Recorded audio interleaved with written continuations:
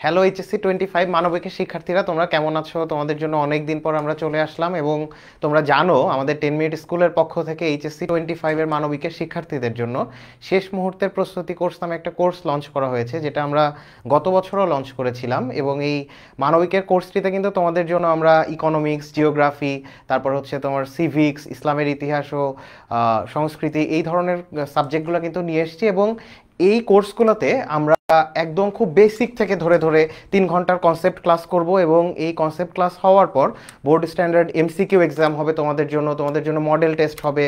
হ্যাঁ, সো আমরা এই 3 ঘন্টার ক্লাসে আসলে কিভাবে পড়াশোনা করব সেইটার একটা ডেমনস্ট্রেশন বলতে পারো। এবং আমি তোমাদের এই কোর্সটাতে ইকোনমিক্স পড়াবো। তোমাদের তো ইকোনমিক্স নিয়ে সবসময় একটা ভীতি থাকে যে এইখানে অনেক বেশি ম্যাথ, অনেক বেশি ইকুয়েশন, এটা আমার এত অল্প সময়ে মানে আসলে প্রস্তুতি নেওয়া সম্ভব কিনা। সো আমি জাফর ভাইয়া তোমাদেরকে এই কথাটা দিতে পারি, আমি তোমাদেরকে যেভাবে ইনস্ট্রাক্ট করব এবং আমার ক্লাসগুলো যদি তোমরা করো এই কোর্সের, ইনশাল্লাহ তোমরা প্রত্যেকেই A+ পাবা। সো আমরা তো আসলে একা A+ পেতে চাই না, আমাদের সব বন্ধুদেরকে নিয়ে পেতে চাই। সুতরাং তোমরা ক্লাসটাকে শেয়ার করে দাও তোমাদের টাইম লাইনে। এবং হয়তো তোমরা মানবিকের শিক্ষার্থী না, কিন্তু অনেকেই এসে পড়েছো এই ক্লাসটাতে।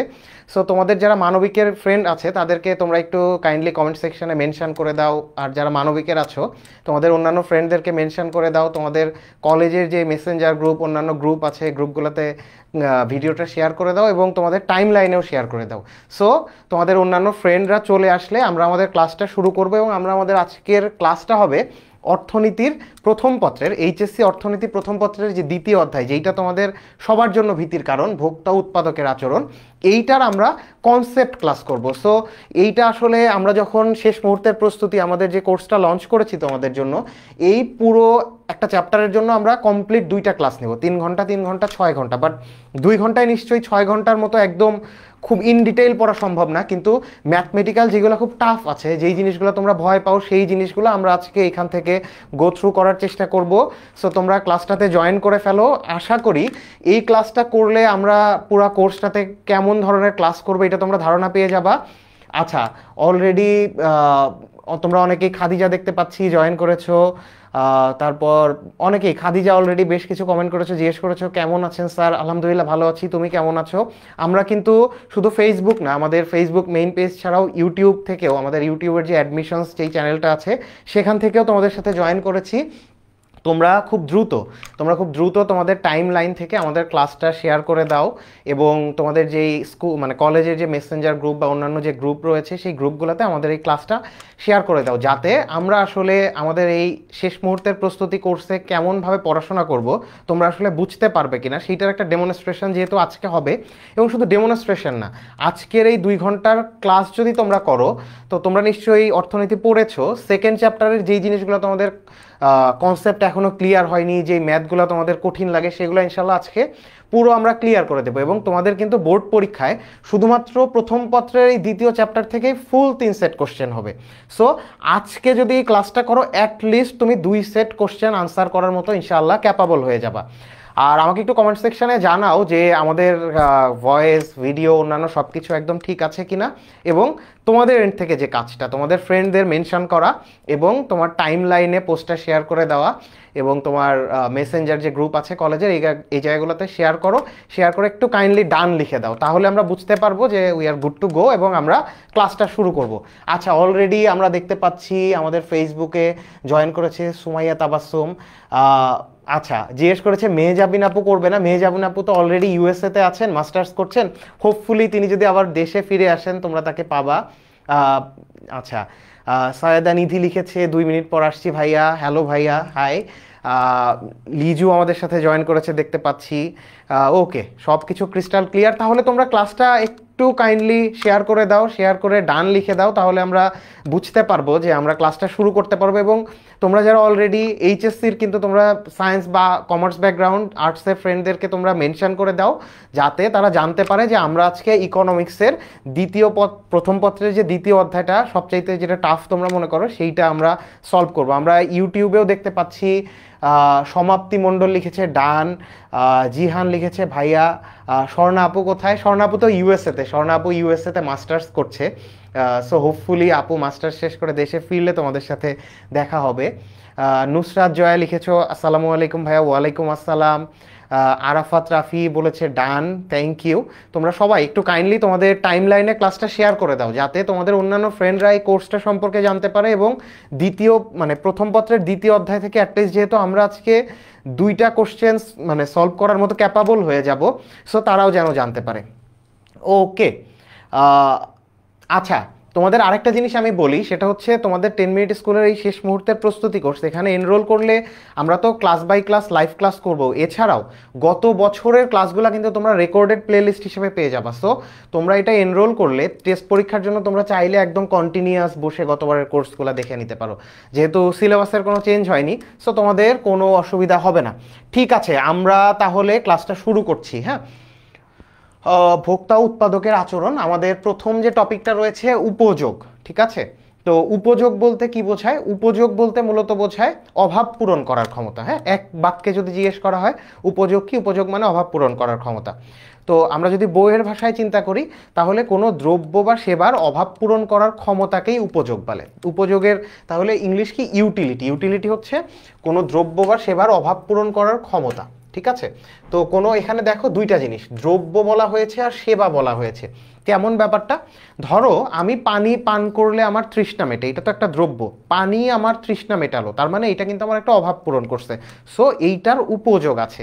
আবার সেবার ক্ষেত্রে কেমন হতে পারে? ধরো ডাক্তার আমাকে চিকিৎসা দিল, তাহলে আমার যে চিকিৎসার অভাব ছিল, যে প্রয়োজনীয়তা ছিল, সেইটা কিন্তু এই মানে ডক্টর মেটালো, তার মানে এই যে তোমার ডাক্তারের চিকিৎসা, এইটা কিন্তু এক ধরনের সেবা এবং এইটার অভাব পূরণ করার ক্ষমতা আছে। দ্যাট মিনস এইটার হচ্ছে উপযোগ আছে। তো তাহলে উপযোগ এটা দেখো কয়েক প্রকার হতে পারে, এটা আমরা অলরেডি স্ক্রিনে দেখতে পাচ্ছি।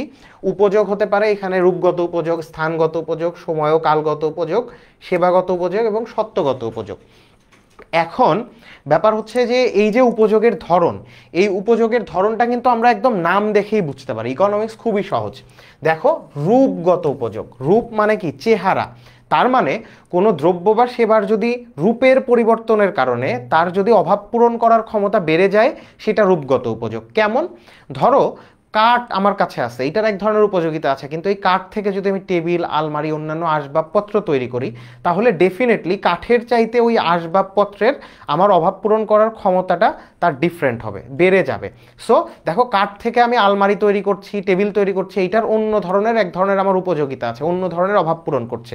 সো মানে রূপের পরিবর্তনের কারণে কোনো দ্রব্য বা সেবার যদি অভাব পূরণ করার ক্ষমতা বেড়ে যায়, তাহলে সেটাকে বলবো রূপগত উপযোগ। এরপর আসো স্থানগত উপযোগ। এইটাও আমরা নাম দেখে বুঝতে পারছি যে আমার কোনো দ্রব্য বা সেবার স্থান পরিবর্তনের কারণে তার যদি অভাব পূরণ করার ক্ষমতা বেড়ে যায়, তাহলে আমি সেটাকে বলবো স্থানগত উপযোগ। কেমন হতে পারে? ধরো যাদের বাড়ি বগুড়া বা জয়পুরহাটের দিকে আছে, তোমরা জানো ওইখানে অনেক আলু উৎপাদন হয়, তো ওইখানে আলুর দাম যেমন, ওই আলু যদি ঢাকায় নিয়ে আসি, সেই আলুর দাম কিন্তু বেড়ে যায়। সে ওইখানে 1 কেজি আলু 30 টাকায় পাওয়া যায়, সেই আলু আমি ঢাকাতে 60 টাকা কেজিতে কিনছি। তার মানে স্থান পরিবর্তনের কারণে এই দ্রব্যের কিন্তু অভাব মানে পূরণ করার ক্ষমতা বেড়ে গেছে। এটা আমি এই সিগন্যালটা কিভাবে পেলাম যে আলুর অভাব পূরণ করার ক্ষমতা বেড়ে গেল? কারণ ওই জয়পুরহাট অথবা বগুড়ার মানুষ ওই আলুর জন্য 30 টাকা দিত, তো তার মানে সে 30 টাকার সমান সে আসলে প্রয়োজনীয়তা অনুভব করতো। কিন্তু এই আলুটা যখন ঢাকা শহরে আসলো, সেটার দাম 60 টাকা, তার মানে এই আলু মানে ঢাকার মানুষ বেশি ভ্যালু করছে। সো এইটার অভাব পূরণ করার ক্ষমতা ডেফিনেটলি এই প্রাইসিং দিয়ে আমি বুঝতে পারি, এটার সিগন্যাল যে এইটার অভাব পূরণ করার ক্ষমতা বা উপযোগিতা বেড়ে গিয়েছে। তো এরপরে আসো সময় বা কালগত উপযোগ, মানে সময়ের পরিবর্তনের ফলে যদি কোনো দ্রব্য বা সেবার অভাব পূরণ করার ক্ষমতা বেড়ে যায়, তাহলে সেইটাকে আমরা বলবো সময় বা কালগত উপযোগ। কেমন সেইটা? ধরো আইসক্রিম অথবা যে কোনো কোল্ড ড্রিঙ্কস, এইটা শীতকালে আমার জন্য যেই রকম প্রয়োজনীয় থাকে, যেই রকম অভাব পূরণ করতে পারে, গরমকালে নিশ্চয়ই এটার উপযোগিতা, এটার ব্যবহারযোগ্যতা আমার কাছে বেড়ে যায়। তার মানে সময়ের পরিবর্তনে একই দ্রব্য বা সেবার আমার জন্য প্রয়োজনীয়তা ভিন্ন ভিন্ন হতে পারে। সো সময়ের পরিবর্তনে যদি কোনো দ্রব্য বা সেবার অভাব পূরণ করার ক্ষমতা বেড়ে যায়, সেটা সময় বা কালগত উপযোগ। একইভাবে সেবাগত উপযোগ হতে পারে, সত্যগত উপযোগ হইতে পারে। দেখো সত্যগত মানে কি? সত্যগত মানে হচ্ছে মালিকানা। তো তার মানে মালিকানা পরিবর্তনের কারণে যদি কোনো দ্রব্য বা সেবার অভাব পূরণ করার ক্ষমতা বেড়ে যায় তখন সেটাকে বলে সত্যগত উপযোগ। কেমন? ধরো একজন বড় মানে ধরো ব্যবসায়ী, তার 500 বিঘা জমি আছে। এই 500 বিঘা জমি থেকে সে যেই ধরনের মানে পণ্য বা কৃষি কাজ করে উৎপাদন করতে পারে, একজন যেই ধরো কৃষক যার কোনো জমিই নাই, তাকে যদি সেই 500 বিঘা থেকে 1 বিঘা জমি দিয়ে দেওয়া হয়, ডেফিনেটলি ওই কৃষক ওই 1 বিঘা জমিতে অনেক যত্ন করে চাষাবাদ করবে এবং সেটার উৎপাদন বেড়ে যাবে। তার মানে 500 বিঘা জমি যখন একজন ব্যবসায়ীর কাছে থাকে, তখন প্রতি বিঘায় যে উৎপাদনটা হয়, 1 বিঘা জমি যদি আমি কোনো একজন ভূমিহীন কৃষককে দান করে দেই, সে ওইটাতে উৎপাদন ডেফিনেটলি ওই 500 বিঘার ওই মানে বড় যে ব্যবসায়ী ছিল তার চাইতে বেশি পরিমাণে করতে পারে। সো এইখানে দেখো মালিকানার পরিবর্তনে কিন্তু তোমার একটা জমির উৎপাদন ক্ষমতা বেড়ে গেছে, তার মানে এটার অভাব পূরণ করার ক্ষমতা বা উপযোগিতা বেড়ে গেছে। সো এইগুলো হচ্ছে তোমার উপযোগিতার শ্রেণীবিভাগ। তোমরা একটু কমেন্ট সেকশনে জানাও তো তোমরা বুঝতে পারছো কিনা। আচ্ছা, জিহান বলেছো যে কোথায় এনরোল করবো বুঝতে পারছো না। তোমরা 10 মিনিট স্কুলের যেই ওয়েবসাইট আছে সেখানে গিয়ে শেষ মুহূর্তে এইচএসসির যে সেকশন, সেখানে শেষ মুহূর্তে প্রস্তুতি কোর্স পেয়ে যাবা এবং কিছুক্ষণের মধ্যেই তোমাদের কমেন্ট সেকশনে তোমরা এই কোর্স এনরোল করার জন্য যে ইনস্ট্রাকশন বা যে লিঙ্ক সেইটাও পেয়ে যাবা। আচ্ছা, ঠিক আছে, এখন তাহলে আমরা পরের স্লাইডে যাচ্ছি। দেখো উপযোগের পরিমাপ। তো আমরা উপযোগ পড়লাম যে কোনো দ্রব্য বা সেবার অভাব পূরণ করার ক্ষমতাই হচ্ছে উপযোগ। এখন এই উপযোগ তো আমার পরিমাপ করা দরকার, রাইট? উপযোগটা কেমন বা কতটুকু আমার আসলে অভাব পূরণ করতে পেরেছে। 1 গ্লাস পানি খেলাম, এটা আমার কতটুকু অভাব পূরণ করতে পেরেছে।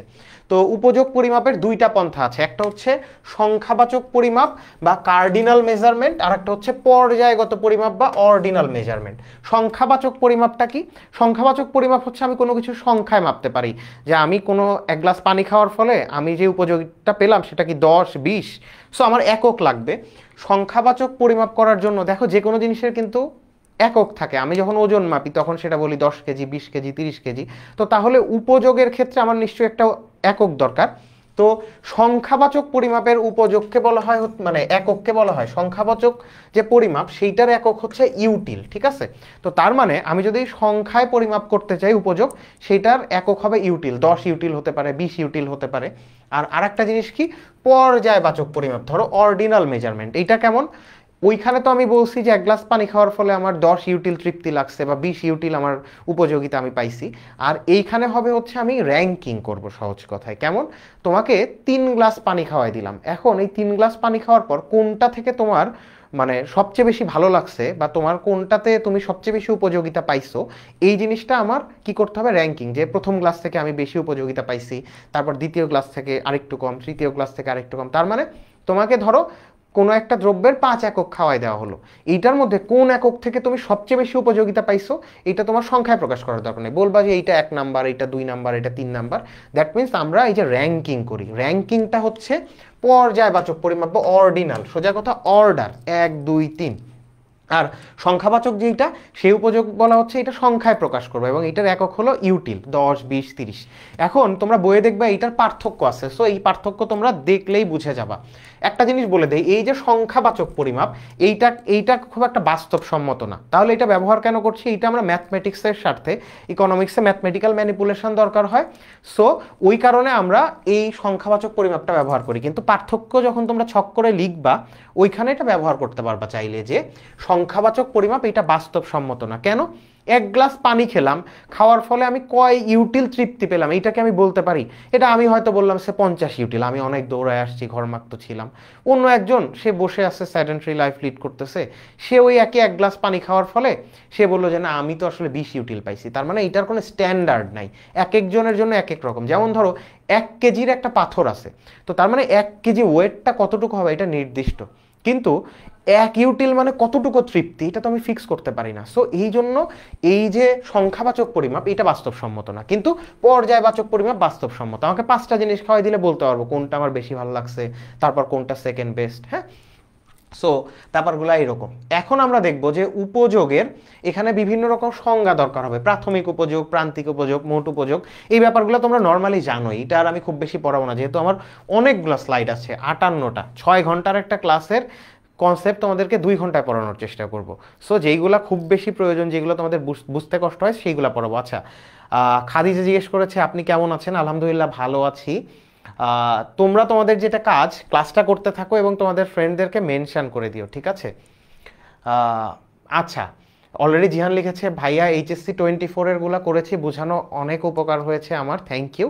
তুমি তাহলে কোর্সটা এনরোল করে ফেলে এবং তোমার ফ্রেন্ডদেরকে এই কোর্স সম্পর্কে জানিয়ে দিও, ঠিক আছে? তো প্রাথমিক উপযোগ দেখো, আমি প্রথমেই বলছি যে ইকোনমিক্সের নাম থেকে অনেক কিছু বোঝা যায়। প্রাথমিক উপযোগ মানে কোনো একটা দ্রব্যের প্রথম একক ভোগ করলে আমি যেই উপযোগটা পাই, যেই তৃপ্তিটা পাই, সেইটাই প্রাথমিক উপযোগ। খুব ইজি। প্রান্তিক উপযোগটা দেখো, এইটা খুব ইম্পর্টেন্ট, এইটা তোমার সব সময় লাগবে। প্রান্তিক উপযোগ বা মার্জিনাল ইউটিলিটি। প্রান্তিক মানেই আজকে থেকে মনে রাখবা অতিরিক্ত এক একক। কি? প্রান্তিক মানেই অতিরিক্ত এক একক। তো প্রান্তিক উপযোগ মানে কোনো একটা দ্রব্যের অতিরিক্ত এক একক ভোগ করার ফলে যেই অতিরিক্ত উপযোগটা পাওয়া যায় সেইটাই প্রান্তিক উপযোগ।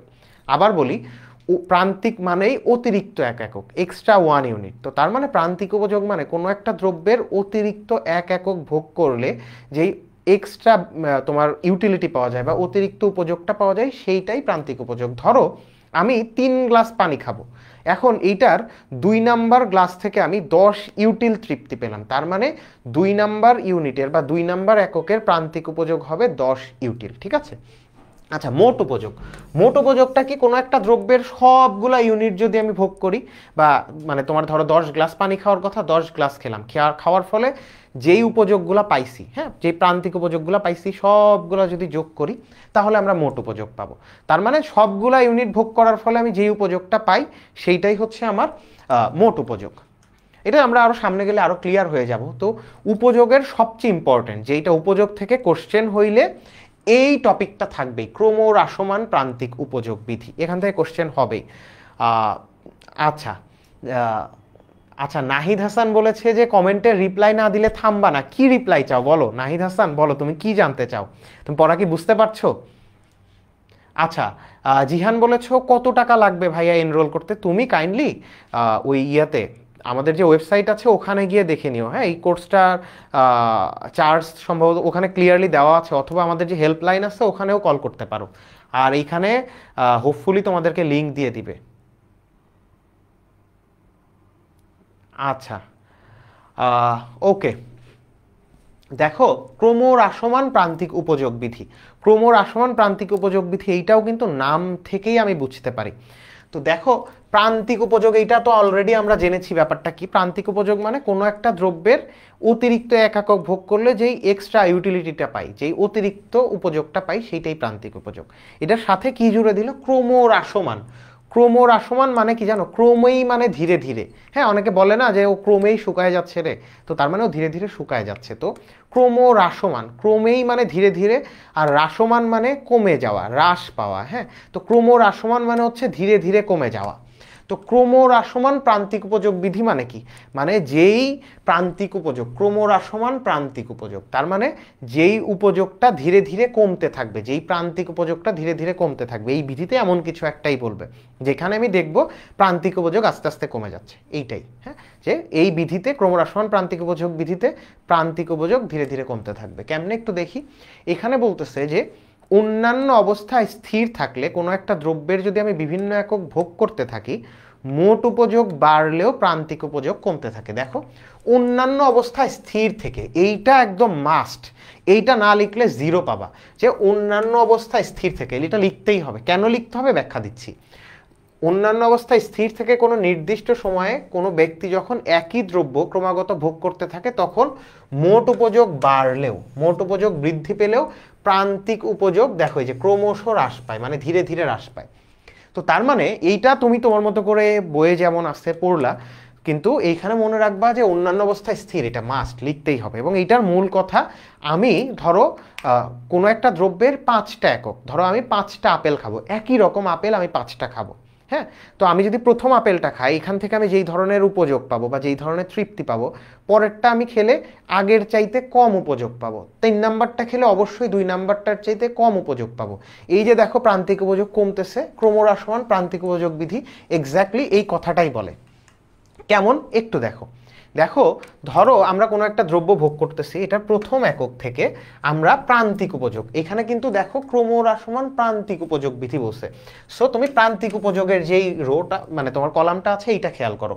প্রথম একক থেকে আমরা উপযোগ পেলাম 10 একক, ঠিক আছে? আর যেই তোমার দ্বিতীয় একক এইখান থেকে পেলাম 8, তারপরে 6, 4, তো তার মানে দেখো প্রান্তিক উপযোগটা কিন্তু কমে যাচ্ছে। সো এই কথাটাই বলছে। তো এখন তোমাদের আরো একটা জিনিস বলি, সেটা হচ্ছে একটু তোমাদেরকে দেখাই। তো দেখো একটা প্রশ্ন তোমাদের এর মধ্যে আসবে যে ভাইয়া আপনি বললেন অন্যান্য অবস্থায় স্থির থেকে, তাইলে এই অন্যান্য অবস্থা আবার কি কি স্থির থাকতে হবে এবং কেন স্থির থাকা লাগবে, এটা তো কোশ্চেন। তো আসো একটু দেখি। এই যে অনুমিত শর্ত, ঠিক আছে, মানে আমার এই ক্রমহ্রাসমান প্রান্তিক উপযোগ বিধি যদি কার্যকর হইতে হয়, অর্থাৎ আমি কোনো একটা দ্রব্যের 5 একক খাবো, প্রান্তিক উপযোগ আমার ধীরে ধীরে কমতে থাকবে, এইটা যদি আমার সত্য হতে হয়, এইটা যদি মানতে হয়, তাহলে আমার এই শর্তগুলো পূরণ করতে হবে। এই শর্তগুলোকেই বলা হচ্ছে অন্যান্য অবস্থা অপরিবর্তিত থাকলে, ঠিক আছে, অন্যান্য অবস্থা অপরিবর্তিত থাকে। কোনগুলো অপরিবর্তিত থাকা লাগবে? এই যে এই শর্তগুলো অপরিবর্তিত থাকা লাগবে। শর্তগুলো কি একটু দেখি। উপযোগের পরিমাণগত পরিমাপ সম্ভব, তারপর কি ভোক্তার পছন্দ আয় রুচি অপরিবর্তনীয়, ভোক্তা যুক্তিশীল, তারপরে উপযোগ অর্থের মাধ্যমে প্রকাশ করা যায়, হ্যাঁ, অর্থের প্রান্তিক উপযোগ স্থির, তারপর নির্দিষ্ট সময় বিবেচ্য, সমজাতীয় দ্রব্য হতে হবে, হ্যাঁ, দ্রব্যটা বিভিন্ন এককে বিভাজ্য হতে হবে। তো তাহলে এখন প্রশ্ন, এই জিনিসগুলো তো আমার অপরিবর্তিত থাকবে, এইগুলা অপরিবর্তিত না থাকলে কি হবে, তাই না? এইগুলা যদি অপরিবর্তিত না থাকে বা এই জিনিসগুলো যদি স্থির না থাকে, এই অনুমিত শর্তগুলা, তাহলে ক্রমহ্রাসমান প্রান্তিক উপযোগ বিধি কার্যকর হবে না। দ্যাট মিন্স কি, আমি কোনো একটা দ্রব্যের 3 একক, ধরো আমি একই সাথে 3টা আম খাবো, একই জাতের একই রকম আম, তো প্রথম আম থেকে আমি যেই ধরনের উপযোগ বা তৃপ্তি পাবো, দ্বিতীয়টা থেকে অবশ্যই কম পাবো ক্রমহ্রাসমান প্রান্তিক উপযোগ বিধি অনুযায়ী, 3 নম্বরটা থেকে আরও কম পাবো। এই যে প্রান্তিক উপযোগ ধীরে ধীরে কমতে থাকে, আমি যদি এই শর্তগুলো প্রতিপালন করতে না পারি, এই শর্তগুলো যদি ভায়োলেট হয়, তাহলে প্রান্তিক উপযোগ না কমে বাড়া শুরু হয়ে যেতে পারে। সো আমার প্রান্তিক উপযোগ মানে এই শর্তগুলো যদি আমার স্থির না থাকে, তাহলে আমার ক্রমহ্রাসমান প্রান্তিক উপযোগ বিধি ভায়োলেট হতে পারে, ক্রমহ্রাসমান প্রান্তিক উপযোগ বিধি কার্যকর নাও হতে পারে। সেই ব্যাপারটা একটু তাহলে দেখি কেমন। তো প্রথমত বলতেছে যে উপযোগের পরিমাণগত পরিমাপ সম্ভব, অর্থাৎ আমি বলছি যে প্রথম এককের চাইতে দ্বিতীয় এককের প্রান্তিক উপযোগ কম হবে।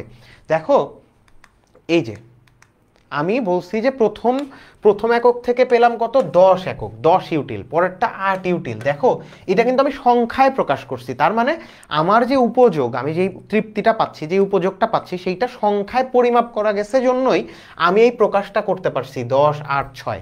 সুতরাং আমার এই যে উপযোগ, এইটার পরিমাণগত পরিমাপ সম্ভব। এটা যদি আমি সংখ্যায় পরিমাপ নাই করতে পারতাম, আমি এই প্রকাশ, এই এক্সপ্রেশন, এটা তো করতেই পারতাম না, ঠিক আছে। এই জন্য প্রথম শর্তটা এইভাবে দেওয়া যে উপযোগের পরিমাণগত পরিমাপ সম্ভব। এরপর কি, ভোক্তার পছন্দ আয় রুচি অপরিবর্তনীয়। তো দেখো এই জিনিসগুলা, ভোক্তার পছন্দ আয় রুচি, এগুলো যদি অপরিবর্তনীয় না হয়, তাহলে কেমন হইতে পারে? ধরো মানে কোনো একজন মানুষ প্রচণ্ড কফি পছন্দ করে, হ্যাঁ, সে যদি 1 কাপের জায়গায় 2 কাপ কফি খেতে পারে, সে মনে করে আমি বোধহয় আরও বেশি এনার্জেটিক বোধ করলাম। তো তাহলে তাকে যদি আমি 3 কাপ কফি খাওয়াই দিই, তাহলে প্রথম কাপের জায়গায় মানে সে যে ধরনের উপযোগ পাইছে, দ্বিতীয় কাপ খাওয়ার পরে সে আরও বেশি উৎফুল্ল হয়ে যেতে পারে, তার মানে দ্বিতীয় কাপ থেকে সে প্রথম কাপের চেয়ে বেশি উপযোগ পেয়ে যেতে পারে। সো মানে একজন মানুষের মানে এই তোমার রুচি, পছন্দ, অভ্যাস, এই ব্যাপারগুলো স্থির থাকা লাগবে। স্থির না থেকে কোনো একটা স্পেসিফিক পণ্যের প্রতি যদি তার পছন্দ রুচি বেড়ে যায় হঠাৎ করে, তাহলে আমার প্রান্তিক উপযোগ না কমে বাড়তেও পারে বা স্থিরও থেকে যেতে পারে, ঠিক আছে। আচ্ছা, আর একটা ব্যাপার আমরা দেখি যে দেখো ভোক্তা যুক্তিশীল হতে হবে।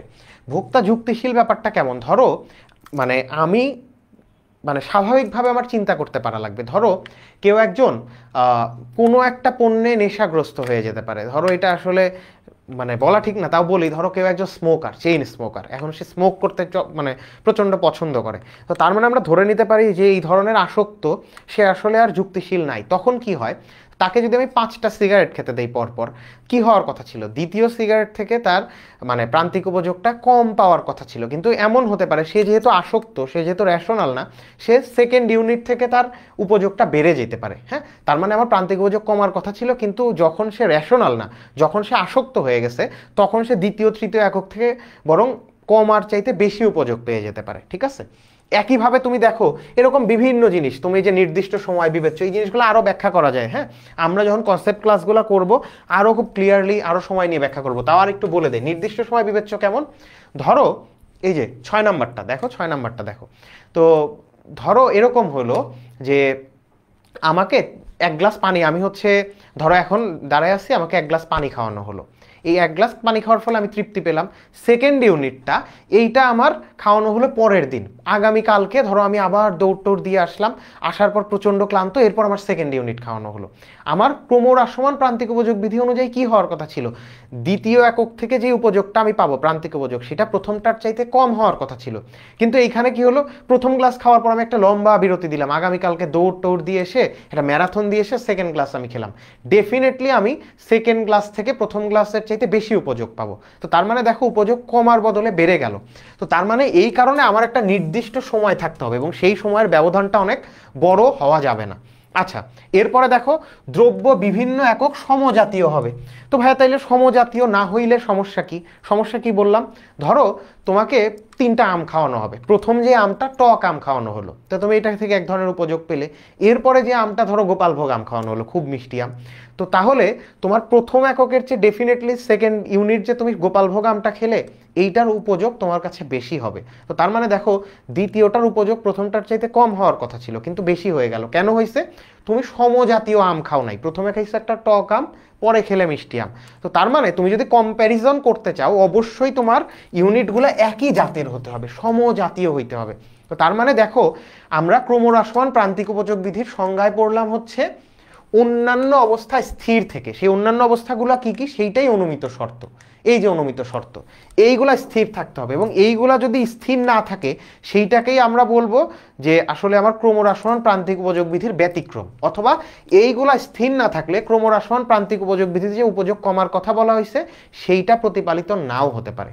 আচ্ছা, তোমরা ক্লাসটা বুঝতে পারছো কিনা আমাকে একটু কমেন্ট সেকশনে জানাও। তোমাদেরকে আর একটু ধীরে পড়াতে হবে কিনা বা আর একটু ফাস্ট পড়াতে হবে কিনা, অথবা তোমরা ক্লাস বুঝতে পারছো কিনা আমাকে একটু কাইন্ডলি কমেন্ট সেকশনে সবাই জানাও। আচ্ছা দেখি তোমরা কি কমেন্ট করেছো। আচ্ছা, তাহসিনা নুসরাত বলেছো আচ্ছা তো ফ্রেন্ডদের সাথে কথা বলছো, আমার সাথে কথা বলতে হবে। মুস্তাসিন আলী ইরা বলেছো জি ভাইয়া বুঝতে পারছো। আচ্ছা এইটা ফার্স্টের ক্লাস না ভাইয়া, অল ক্লিয়ার, ওকে। আচ্ছা ঠিক আছে, ইউটিউবে দেখতে পাচ্ছি আমাদের সাথে যারা যুক্ত হয়েছে অনেক ইন্টারেক্টিভ। নুহা বলেছো বুঝতে পেরেছো। আচ্ছা অর্পিতা বলেছো অল ক্লিয়ার ভাইয়া, থ্যাংক ইউ। আচ্ছা দেখি, ক্রিস্টাল ক্লিয়ার বলেছো, জুবাইর বলেছো ক্রিস্টাল ক্লিয়ার, শাহরিয়ার রহমান বলেছো ক্লিয়ার। আচ্ছা না ভাইয়া স্পিড ঠিক আছে, নিধি বলেছো, থ্যাংক ইউ। ঠিক আছে তোমরা যেটা করবা, আচ্ছা মুস্তাসিন ইরা বলেছে একটু ধীরে পড়ান, ধীরে আমরা পড়াবো। হ্যাঁ, এখানে আসলে একটা টাইম লিমিটেশন আছে, তো তোমাদের 2 ঘন্টার ক্লাস নিতে হবে।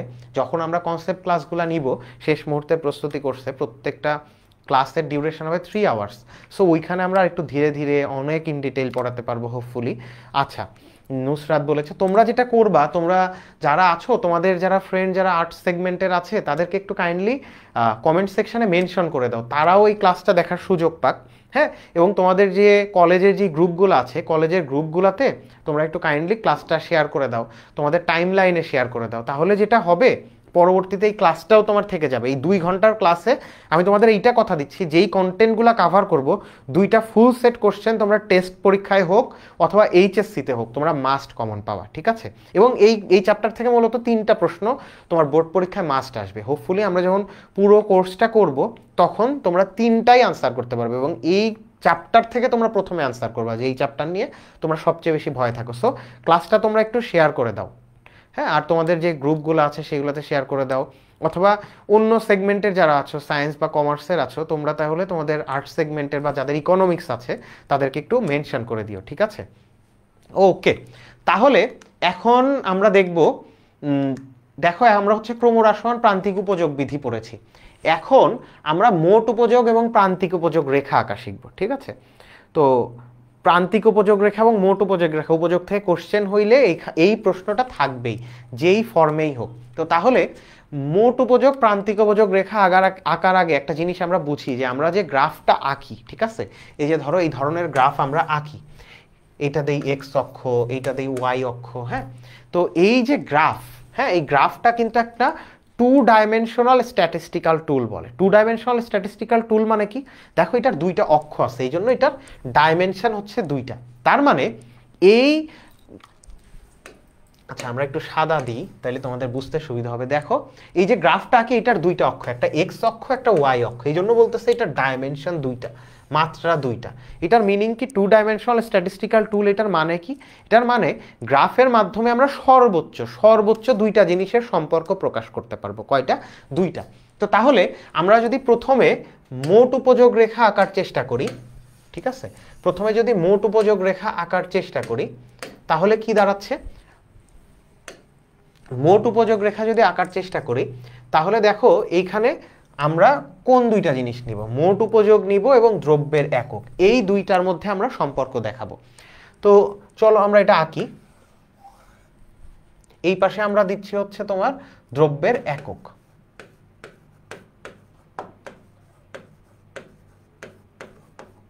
ঠিক আছে, আর এই পাশে আমরা দিচ্ছি মোট উপযোগ বা টোটাল ইউটিলিটি। এখন আমরা দ্রব্যের একক আমার কয়টা আছে? 7টা আছে। সো এই পাশে আমার 7টা দিতে হবে, 1 2 3 4 5 6 7। তোমরা চাইলে তোমাদের পেন অ্যান্ড পেপারস থাকলে আমার সাথে তোমরা প্র্যাকটিস করো, তাহলে তোমাদের জন্য একটা ভালো প্র্যাকটিস হয়ে যাবে।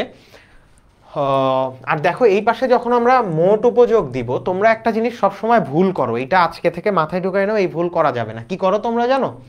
প্রথম একক 10, তাইলে এইখানে প্রথমে একটা টান দাও, এইখানে তুমি লিখে দাও 10, এরপরে একটা দাও, সেইখানে আর একটা টান দাও, লিখে দাও 18। এইটা কখনোই করা যাবে না। গ্রাফের স্কেল খুব ইম্পর্টেন্ট। গ্রাফে এইখানে যা যেই নাম্বারগুলো আছে জাস্ট আমি টান দিয়ে দিয়ে সেই নাম্বার বসায় দিব, তাইলে কিন্তু ওই গ্রাফটা ভুল হবে। চাইলে টিচার তোমাকে 0 দিতে পারে। তাহলে আমি কি করব? আমি দেখবো এটার হায়েস্ট লিমিট কত, 10, লোয়েস্ট লিমিট কত, মানে সরি লোয়েস্ট লিমিট হচ্ছে 10, হায়েস্ট লিমিট হলো 30। তো তার মানে 10 থেকে 30, তাহলে আমি কত থেকে যাব? 5 থেকে আমি যাই। দেখো 5 10 15 20 25 30, তার মানে আমার স্কেলগুলো দেখো সমান হতে হবে। এই যে আমি যদি আগাতে থাকি তাহলে 5 5 করেই আগাবো, 5 10 15 20 25 30। তোমরা কি করো জানো?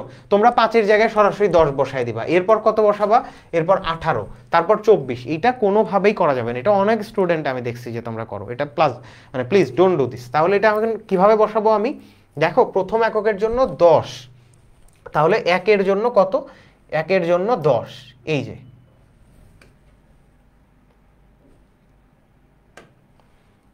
এই যে 1-এর জন্য 10। সো এইখানে বিন্দুটা তোমরা এই যে এরকম যে টানটা আমি দিচ্ছি, হ্যাঁ, রেড লাইন যেগুলো টানছি, এইগুলো টানা তোমার জন্য ম্যান্ডেটরি না, তুমি চাইলে ডট দিয়ে দিয়েও করতে পারো। দেখো পরেরগুলো আমি ডট দিচ্ছি প্রয়োজনে। তাহলে 2-এর জন্য কত? 18, 2-এর জন্য 18, তাহলে 18-র অবস্থানটা কোথায় হবে? এই আর এই যে কোনো একটা জায়গায়, এই যে এরকম কোনো একটা জায়গা হবে। 3-এর জন্য কত? 24, দেখো 3-এর জন্য 24, তাহলে এইটা এই যে এই সব কোনো একটা জায়গা হবে। তার মানে রেড লাইন দিয়ে আমি যে এরকম এই যে খাঁচার মতো দিচ্ছি, এইটা ইম্পর্টেন্ট না, তুমি দিতেও পারো চাইলে, নাও দিতে পারো। 4-এর জন্য কত? 4-এর জন্য 28, তো 28 তাহলে কোথায় হবে? এই রকম কোনো একটা জায়গায়। এরপর কত? 5-এর জন্য 30, এই দেখো এই 5-এর জন্য 30। এরপর কি? 6-এর জন্য কত? 6-এর জন্য 30। 7-এর জন্য কত? 7-এর জন্য আবার 28। হ্যাঁ, তো তার মানে এখন দেখো এই যে আমি ফ্রি হ্যান্ডে এইটা অ্যাড করে দিলাম, এইটা আমার কি পেলাম? এটা আমার টোটাল ইউটিলিটি কার্ভ আমি পেয়ে গেছি, ঠিক আছে, টোটাল ইউটিলিটি কার্ভ আমি পেয়ে গেছি। ডটগুলো যদি একটু তোমাদের জন্য অন্য কালার দেই তাইলে তোমাদের জন্য সুবিধা হবে, ঠিক আছে। টোটাল ইউটিলিটি কার্ভ পেয়ে গেলাম। এখন এইটার সাথে আমরা মার্জিনাল ইউটিলিটি কার্ভ বা প্রান্তিক উপযোগ রেখা আঁকবো। তো প্রান্তিক উপযোগ রেখা তাহলে কিভাবে আঁকবো? আমি আগেই বলছি যে আমার গ্রাফ হচ্ছে একটা 2 ডাইমেনশনাল স্ট্যাটিস্টিক্যাল টুল। তো তার মানে এইখানেও আমি আমার 2টা চলক নিব, তার মানে এই 3টার মধ্যে থেকে 2টা নিতে হবে। কি কি নিব? একটা হচ্ছে প্রান্তিক উপযোগ আর একটা দ্রব্যের একক। তো চলো এই, তো এইখানে আমি তাহলে মার্জিনাল ইউটিলিটি লিখে দিলাম, ঠিক আছে, আর এইখানে আমি দিয়ে দিলাম দ্রব্যের পরিমাণ বা কিউ, কোয়ান্টিটি কিউই লিখলাম, আমি আর পুরোটা লিখলাম না। তো এখানে আমার একক কয়টা? 1 2 3 4 5 6 7, ঠিক আছে। আর এই পাশে দেখো, তাহলে এই পাশে আমার রেঞ্জটা কত, -2 আছে, কিন্তু খেয়াল করছো -2 থেকে 10, তো তার মানে আমি 2 2 করে বাড়বো, 2 4 6 8 10, এই যে 2 4 6 8 10। আর দেখো -2 যেহেতু আছে, তো তার মানে -2টা কোন দিকে থাকে, ওয়াই অক্ষের নিচের দিকে থাকবে, ঠিক আছে, নিচের দিকে, তার মানে এই যে -2 হবে, এইটা এই যে -2। ওকে, তো এখন যদি আমরা গ্রাফটা আঁকি, তো তাহলে দেখো এই যে এইটা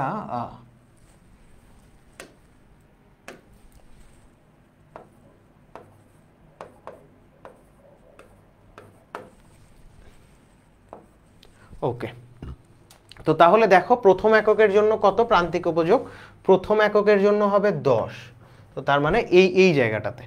এরপর দ্বিতীয় এককের জন্য কত, দ্বিতীয় এককের জন্য 8, 8 কোথায়, এই যে এই সোজা। তিনের জন্য কত, তিনের জন্য 6, সো এই সব কোনো একটা জায়গায়। চারের জন্য কত হবে, চারের জন্য 4, এই যে। 5 নাম্বারের জন্য কত, দেখো 5-এর জন্য প্রান্তিক উপযোগ 2, সো 5-এর জন্য 2। 6 কত, 6-এ দেখো 0, এই যে একদম অক্ষের উপরে পড়ছে, ঠিক আছে, এইটা একদম অক্ষের উপরে পড়ছে, এই যে এই যে এই অক্ষের উপরে পড়ছে। আর 7-এর জন্য কত, 7-এর জন্য দেখো -2, তো তার মানে এই 7 আর এই যে এই সোজা -2, সুতরাং এই জায়গায় আরেকটা। তো এখন যদি আমরা এইটা একটা লাইন টেনে দেই, এইটা যদি আমরা একটা লাইন টানি, তাহলে দেখো এই যে এমন আসবে, এই। তো তার মানে এইটা কি আসলে, এটা হচ্ছে আমার মার্জিনাল ইউটিলিটি কার্ভ। এখন দেখো টোটাল ইউটিলিটি, মার্জিনাল ইউটিলিটি আমরা আলাদা করে আঁকছি, এইটা চাইলে তোমরা একই গ্রাফে আঁকতে পারো, এই গ্রাফেও আমি চাইলে এঁকে ফেলতে পারতাম, এটা তোমাদের ইচ্ছা। কিন্তু একটা জিনিস তোমাদের মাস্ট দিতে হবে, ধরো এই দুইটা চিত্র আঁকাইছো, নিচে কিন্তু এই যে নোট দিতে হবে চিত্র, ঠিক আছে, এটা নিচে, আমার নিচে জায়গা নাই জন্য আমি লিখতে পারলাম না, পাশে লিখে দিচ্ছি। চিত্রে কি লিখবা, মোট উপযোগ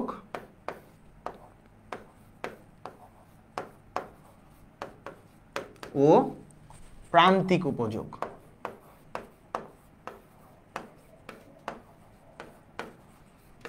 তোমরা গ্রাফ আঁকার সময় যদি এই দুইটা কাজ না করো, একটা হলো এই যে অক্ষগুলা চিহ্নিত না করো, কোন অক্ষে কি দিছো এটা যদি না করো, এবং চিত্রের ডেসক্রিপশন যদি না দাও যে মোট উপযোগ এবং প্রান্তিক উপযোগ, এই নোটেশন না দিলে এবং এই অক্ষগুলাকে চিহ্নিত না করলে কিন্তু তোমরা মার্কস পাবা না, ঠিক আছে। তো তার মানে এই ভুলটা করা যাবে না, আমার নোটেশন দিতে হবে কি চিত্র আঁকছি আমি, অক্ষ চিহ্নিত করা লাগবে। আর তোমরা যেই ভুলটা করো যে এই যে স্কেলগুলা কিন্তু সমান 5 10 15 20 একই হারে বাড়তে হবে, এইখানে যে নাম্বারগুলো লেখা আছে এইগুলো জাস্ট বসায় দিলাম, এটা ভুল হবে, এইটা মাথায় রাখবা। সো এইটা তোমরা বুঝতে পারছো কিনা, হ্যাঁ। আচ্ছা, রেড কালার বলছো যে বোঝা যায় না, রেড কালারটা ঠিক আছে, তাহলে ইউজ করবো না, অন্যটা ইউজ করতেছি।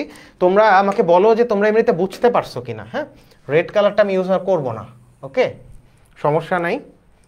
আমি ইয়েলো নিশ্চয়ই বুঝতে পারছো। তোমরা গ্রাফের কনসেপ্টটা বুঝতে পেরেছো কিনা আমাকে একটু কাইন্ডলি জানাও, ঠিক আছে, গ্রাফের কনসেপ্ট বুঝতে পারছো কিনা।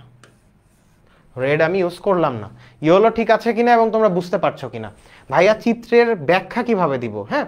আচ্ছা, চিত্রের এখানে ব্যাখ্যা আসলে তেমন কোনো কিছু দেওয়ার নাই, তোমরা যদি দিতেই চাও কোনোটাই চাইলে, মানে আমার মনে হয় না দরকার আছে, তারপরে দিতে চাইলে লিখবা যে আমরা এক্স অক্ষের দিকে হচ্ছে দ্রব্যের একক, ওয়াই অক্ষের দিকে হচ্ছে মোট উপযোগ, এবং চিত্রে গ্রাফের বিন্দুগুলা, হ্যাঁ, এই ছক থেকে বসিয়ে পাই, এই total utility curve, that's it. এইখানে তার মানে আসলে চিত্রের বর্ণনা দেওয়ার কোনো কিছু খুব বেশি নাই, তুমি যদি জাস্ট এই যে চিত্র, মোট উপযোগ, প্রান্তিক উপযোগ রেখা, এই পাশে এক্স অক্ষ ওয়াই অক্ষে নোটেশনগুলো ঠিক মতো দাও এবং স্কেলগুলো ঠিক মতো বসাও, মানে সমদূরত্বে 5 10 15 20, চিত্রে মানে এই কলামে যা আছে ডিরেক্ট যদি তা না বসায় দাও, তাহলেই আমার মনে হয় ওকে। আচ্ছা, নিধি বলেছো ইয়েলো ঠিক আছে, ভাইয়া আরেকবার বোঝান। নুসরাত, আরেকবার কোনটা বোঝাবো, তুমি কি বুঝতে পারো নাই? আচ্ছা, মাহিদুজ্জামান বলেছো ভাইয়া আপনার ক্লাস অনেক করেছি, থ্যাংক ইউ। ওকে, মার্জান সুলতানা বলেছো যে এটা কি ক্লাস, আমরা এইচএসসির ইকোনমিক্স ক্লাস করছি, এইচএসসির ইকোনমিক্সের সেকেন্ড চ্যাপ্টার ভোক্তা উৎপাদকের আচরণ পড়ছি, ঠিক আছে। ঠিক আছে, তো তাহলে তোমরা যদি মানে এটা ক্লিয়ার বুঝে থাকো, তাহলে আমি পরের টপিকে চলে যাব, ঠিক আছে। আচ্ছা, আমরা অনুমিত শর্ত অলরেডি পড়ে ফেলেছি। দেখো তাহলে আমরা একটা সম্ভাব্য প্রশ্ন দেখব, যে তোমাদের প্রশ্ন যে এইটা পড়লাম এখান থেকে কি আসলে এইচএসসিতে বোর্ড কোশ্চেন আসে, সেটাই আমরা দেখব। দেখো এটা হচ্ছে রাজশাহী বোর্ড 2019-এ আসছিল, রাজশাহী বোর্ড 2019-এর একটা বোর্ড কোশ্চেন। তো এইটার প্রথম কোশ্চেন করছে যে প্রান্তিক উপযোগ রেখা নিম্নগামী হয়। হ্যাঁ, প্রান্তিক উপযোগ রেখা কেন নিম্নগামী হয়? তো এইটার প্রান্তিক উপযোগ রেখা কেন নিম্নগামী হয়, এটা কিন্তু আমরা অলরেডি পড়ছি। কোথা থেকে উত্তর দিবা? ওই যে ক্রমহ্রাসমান প্রান্তিক উপযোগ বিধি থেকে। ক্রমহ্রাসমান প্রান্তিক উপযোগ বিধিতে তোমাদের কি বলছিল দেখো তো। ক্রমহ্রাসমান প্রান্তিক উপযোগ বিধিতে বলছিল অন্যান্য অবস্থায় স্থির থাকলে কোনো নির্দিষ্ট সময়ে কোনো ব্যক্তি যখন একই দ্রব্য ক্রমাগত ভোগ করতে থাকে তখন মোট উপযোগ বৃদ্ধি পেলেও প্রান্তিক উপযোগ ক্রমশ হ্রাস পায়। তো তার মানে এইখানে দেখো দ্রব্য ভোগের সাথে সাথে দেখো এই যে দ্রব্য আমার ভোগ করতেছি, দ্রব্য ভোগ করার মানে ভোগ আমি বাড়াচ্ছি 1 2 3 4 5 6 7, আর প্রান্তিক উপযোগ কি হচ্ছে? প্রান্তিক উপযোগ কিন্তু সাথে কমে যাচ্ছে। তার মানে একটা আমি ভোগের পরিমাণ বাড়াচ্ছি, প্রান্তিক উপযোগ কিন্তু আমার কমে যাচ্ছে। সো দুইটার সম্পর্ক কেমন? বিপরীতমুখী। দ্রব্য ভোগের সাথে প্রান্তিক উপযোগের সম্পর্ক বিপরীতমুখী। আমি ভোগের পরিমাণ বাড়াই, প্রান্তিক উপযোগ আমার কমে যায়। সো এইখান থেকে আমরা ব্যাখ্যাটা দিব যে দেখো এখান থেকে ব্যাখ্যাটা দিব প্রান্তিক উপযোগ রেখা নিম্নগামী হয় কেন। আমরা বলবো যে আমরা ক্রমহ্রাসমান প্রান্তিক উপযোগ বিধি থেকে জানি যে কোনো দ্রব্য ভোগের পরিমাণ এবং প্রান্তিক উপযোগের মধ্যে সম্পর্ক বিপরীতমুখী, অর্থাৎ ভোগের পরিমাণ যদি আমি বাড়াতে থাকি তাহলে আমার প্রান্তিক উপযোগ ধীরে ধীরে কমতে থাকবে। এই ভোগ এবং প্রান্তিক উপযোগের মধ্যে বিপরীতমুখী সম্পর্কের কারণে আমরা যদি প্রান্তিক উপযোগ রেখা আঁকাই তাহলে আমরা দেখতে পাই প্রান্তিক উপযোগ রেখা নিম্নগামী হয়। ক্লিয়ার? বুঝতে পারছো তোমরা? যে তার মানে ক্রমহ্রাসমান প্রান্তিক উপযোগ বিধি থেকে আমরা যেই ভোগের পরিমাণ এবং প্রান্তিক উপযোগের বিপরীতমুখী সম্পর্ক দেখি, বিপরীতমুখী সম্পর্কের কারণেই মানে তোমার প্রান্তিক উপযোগ রেখা নিম্নগামী হয়। ক্লিয়ার? আচ্ছা, এইবার দেখো গতে কি বলছে? উদ্দীপক হতে প্রান্তিক উপযোগ রেখা অঙ্কন করো। তো দেখো এইখানে ভোগের পরিমাণ এবং মোট উপযোগ দেওয়া আছে, তো এইখান থেকে প্রান্তিক উপযোগ রেখা আঁকতে হবে। তো তাহলে আমার এইখানে জাস্ট একটা নতুন কলাম লাগবে, হ্যাঁ, যে প্রান্তিক উপযোগ, বা এখানে জাস্ট আমার একটা নতুন কলাম লাগবে প্রান্তিক উপযোগ রেখার। ঠিক আছে, মার্জিনাল ইউটিলিটি আমি এমইউই লিখলাম ডিরেক্ট।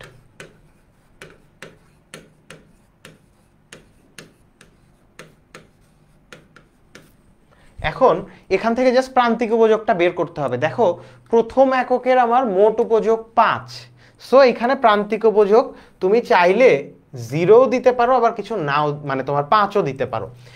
এটা তোমার ইচ্ছা। ঠিক আছে, এটা এক এক বই এক এক রকম দেওয়া আছে। সো তুমি চাইলে এটা ফাঁকাও রাখতে পারো, আবার চাইলে ডিরেক্ট 5ও লিখে দিতে পারো। সো আমরা লিখলাম প্রথম একক থেকে আমি মোট উপযোগ, যেহেতু মোট উপযোগ 5, সো প্রান্তিক উপযোগও 5। দ্বিতীয় এককে দেখো মোট উপযোগ কত? 8। তো তাহলে দ্বিতীয় একক স্পেসিফিক দ্বিতীয় একক ভোগ করার কারণে আমি কতটুকু অতিরিক্ত উপযোগ পাইছি? দেখো 5 থেকে হয়েছে 8, বাড়ছে কতটুকু? 3। তো তার মানে দ্বিতীয় এককের জন্য আমার প্রান্তিক উপযোগ হবে 3। 3 নাম্বার একক থেকে দেখো মোট উপযোগ কত হলো? 8-এর পরে 9 হয়েছে, বাড়ছে কতটুকু? 1। তো তার মানে এই স্পেসিফিক 3 নাম্বার একক ভোগ করার ফলে আমার উপযোগের চেঞ্জ কত? বাড়ছে কত? 1 একক। দেখো 4 নাম্বারটায় আমার এইখানে মোট উপযোগ কতটুকু বাড়ছে বা চেঞ্জ কতটুকু হয়েছে? কোনো চেঞ্জ হয় নাই, 9 ছিল 9ই আছে। তো তার মানে চেঞ্জ কত? 0। 5 নাম্বার এককের জন্য প্রান্তিক উপযোগ কত হবে? দেখো ছিল 9 হয়ে গেছে 8, তো তার মানে কমে গেছে। 8 থেকে যদি আমি 9 বাদ দেই, প্রত্যেকটাই কি করছি? 5 থেকে 8 বাদ দিয়েই তো 3 লিখছি। তো তাহলে এইখানে 5 নাম্বার এককের জন্য 8 থেকে 9 বাদ দিলে কত হবে? -1। তো এখন আমার বলছে প্রান্তিক উপযোগ রেখা অঙ্কন করো। তো তাহলে আমি এই যে ভোগের পরিমাণ আর প্রান্তিক উপযোগ এই দুইটা কলাম নিয়ে আমি একটা গ্রাফ আঁকায় ফেলতে পারবো না? তোমরা এটা পারবা না? এখন দেখো রাজশাহী বোর্ড 2019-এর গ নাম্বার কোশ্চেন কি তোমরা পারবা না? একটু আমাকে রেসপন্স করো তো। আচ্ছা গুড, তোমরা নিজেরা আনসার করছো। আদিবা তাবাসসুম দেখতে পাচ্ছি, নিধি দেখতে পাচ্ছি, নুসরাত তোমরা রেসপন্স করছো। Very good, very good. আচ্ছা ইউটিউব থেকে অর্পিতা বলেছো জি ভাইয়া। ওকে, তাহলে খ নাম্বার হোপফুলি তোমরা পারবা, রাইট? ওকে, তো তাহলে দেখো ঘ নাম্বার কি জিজ্ঞেস করেছে? উদ্দীপকে যে বিধিটি প্রকাশিত হয়েছে কি কি অবস্থার প্রেক্ষিতে তা কার্যকর হবে না বলে তুমি মনে করো। তো তার মানে উদ্দীপকে কি বলছে, উদ্দীপকে যে বিধিটি প্রকাশিত হয়েছে, কোন বিধি প্রকাশ হয়েছে প্রথম প্রশ্ন। দেখো উদ্দীপকে এই যে মার্জিনাল ইউটিলিটি বা প্রান্তিক উপযোগ কি হচ্ছে, প্রথমে 5 ছিল, তারপর 3 1 0 -1, তো তার মানে প্রান্তিক উপযোগ কি হচ্ছে, কমতেছে না। তো তার মানে এইটা ক্রমহ্রাসমান প্রান্তিক উপযোগ বিধিকে ইন্ডিকেট করছে। তো তাহলে উদ্দীপকে যে বিধিটি প্রকাশিত হয়েছে অর্থাৎ প্রান্তিক উপযোগ বিধি, তো প্রশ্ন তার মানে প্রান্তিক উপযোগ বিধি কি কি অবস্থার প্রেক্ষিতে কার্যকর হবে না, কি কি অবস্থার প্রেক্ষিতে কার্যকর হবে না বলো তো। তো তার মানে কি কি অবস্থার প্রেক্ষিতে কার্যকর হবে না, এই যে আমার যে অনুমিত শর্তগুলো ছিল, এই অনুমিত শর্তগুলো স্থির থাকলেই কেবল ক্রমহ্রাসমান প্রান্তিক উপযোগ বিধি কার্যকর হয়। এই অনুমিত শর্তগুলো ভায়োলেট করলে ক্রমহ্রাসমান প্রান্তিক উপযোগ বিধি কার্যকর হবে না। তো তার মানে আমরা যেইটা পড়ছি, তোমরা এই যে যে কি কি অবস্থার প্রেক্ষিতে, এই নিচের অবস্থাগুলো অপরিবর্তিত না থাকলে ক্রমহ্রাসমান প্রান্তিক উপযোগ বিধি কার্যকর হবে না বলে এই পয়েন্টগুলো লিখবা এবং লেখার পর বর্ণনা দিয়ে দেবে। আমি জাস্ট যেইগুলা বলছি সেইগুলাই। ফর এক্সাম্পল কেমন হতে পারে, ধরো দ্রব্যটির একক সমজাতীয় হতে হবে, হ্যাঁ, বর্ণনায় লিখবা যে দ্রব্যটির একক যদি সমজাতীয় না হয় সেই ক্ষেত্রে আমার ক্রমহ্রাসমান প্রান্তিক উপযোগ বিধি কার্যকর নাও হতে পারে। যেমন আমরা যদি একই জাতীয় আম না খেয়ে মানে তোমার মিষ্টি আম এবং টক আম একসাথে খাই, তাহলে ক্রমহ্রাসমান প্রান্তিক উপযোগ বিধি কার্যকর নাও হতে পারে, একটু আগে তোমাকে বলছি। তারপর নির্দিষ্ট সময় বিবেচনা মানে নির্দিষ্ট সময় বিবেচনা না করলে ক্রমহ্রাসমান প্রান্তিক উপযোগ বিধি কার্যকর হবে না। জাস্ট এই জিনিসটা এরপর একটু বর্ণনা লিখে দিবা যে যেমন আমি যদি মানে আজকে 1 গ্লাস পানি খাই, আগামীকালকে অধিক শারীরিক পরিশ্রম করে আরেক গ্লাস পানি খাই, তাহলে দ্বিতীয় একক থেকে আমার উপযোগের পরিমাণ না কমে বেড়ে যেতে পারে। জাস্ট এই বর্ণনাটুকু এইভাবে নিজের মতো করে লিখে দিলেই হবে।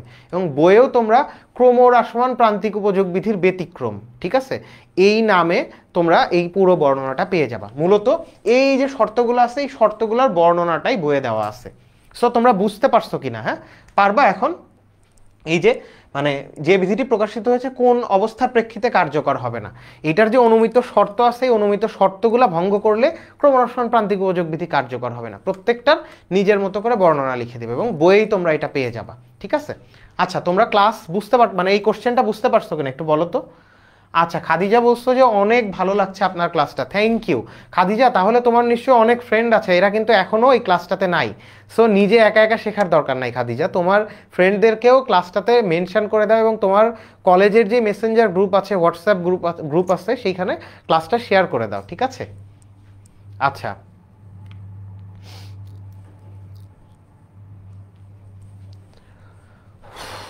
ঠিক আছে, তোমরা কি বলছো আমি একটু দেখি। ওকে আচ্ছা, আদিবা তাবাসসুম বলেছো পারবো, ভেরি গুড। এইদিকে মুস্তাসিন আলী ইরা বলেছো জি ক্লিয়ার। ইরা তুমি তোমার ফ্রেন্ডদেরকে একটু মেনশন করে দাও, তোমাকে কিন্তু আমি মেনশন করতে দেখি না, এবং তুমি লাইভটা শেয়ার করে দিতে পারো। মাহি মাহি বলেছো খ নাম্বারটা আবার বোঝান, ঠিক তোমরা বলছো খ নাম্বার, মাহি বলছো যে খ নাম্বারটা আবার বোঝাতে। দেখো খতে বলছে প্রান্তিক উপযোগ রেখা নিম্নগামী কেন হয়। এই যে প্রান্তিক উপযোগ রেখা দেখো আমি আঁকছিলাম, প্রশ্ন করছে প্রান্তিক উপযোগ রেখা কেন নিম্নগামী হয়। এই যে প্রান্তিক উপযোগ রেখা নিম্নগামী কেন হয়, এইটার কারণ হচ্ছে ভোগের পরিমাণ। এই যে এই পাশে কি কোয়ান্টিটি, কি তার মানে ভোগের পরিমাণ। এই ভোগের পরিমাণ এবং প্রান্তিক উপযোগ এই দুইটার মধ্যে বিপরীতমুখী সম্পর্কের কারণে তারা নিম্নগামী হয়। এটা তাহলে আমি কিভাবে লিখবো, ক্রমহ্রাসমান প্রান্তিক উপযোগ মানে তোমার প্রান্তিক উপযোগ রেখা। এই প্রশ্নটা কি করছে দেখো, এই যে প্রান্তিক উপযোগ রেখা ক্রমহ্রাসমান প্রান্তিক উপযোগ বিধির কারণে নিম্নগামী হয়। অর্থাৎ এভাবে বলবা, এই যে দেখো এই পাশে যদি আমি মার্জিনাল ইউটিলিটিটা দেই, মার্জিনাল ইউটিলিটিটা দেই আর এই পাশে কোয়ান্টিটি দেই, তাহলে এই যে ক্রমহ্রাসমান প্রান্তিক উপযোগ রেখা আমরা দেখতে পাচ্ছি নিম্নগামী। কেন এটা বলবা যে এই প্রান্তিক উপযোগ রেখা নিম্নগামী হয় ক্রমহ্রাসমান প্রান্তিক উপযোগ বিধির কারণে। অর্থাৎ আমরা ক্রমহ্রাসমান প্রান্তিক উপযোগ বিধিতে দেখতে পাই যে ভোগের পরিমাণ যদি আমি বাড়াতে থাকি তাহলে প্রান্তিক উপযোগ ধীরে ধীরে কমতে থাকে। অর্থাৎ ক্রমহ্রাসমান প্রান্তিক উপযোগ বিধি অনুযায়ী ভোগের পরিমাণ এবং প্রান্তিক মানে তোমার ভোগের পরিমাণ এবং প্রান্তিক উপযোগের মধ্যে একটা বিপরীতমুখী সম্পর্ক বিদ্যমান। এই বিপরীতমুখী সম্পর্কের কারণে প্রান্তিক উপযোগ রেখা নিম্নগামী হয়। এইটা হোপফুলি তোমরা ক্লিয়ার হইছো, ঠিক আছে। আচ্ছা তো তাহলে আমরা নেক্সট টপিকে চলে যাই।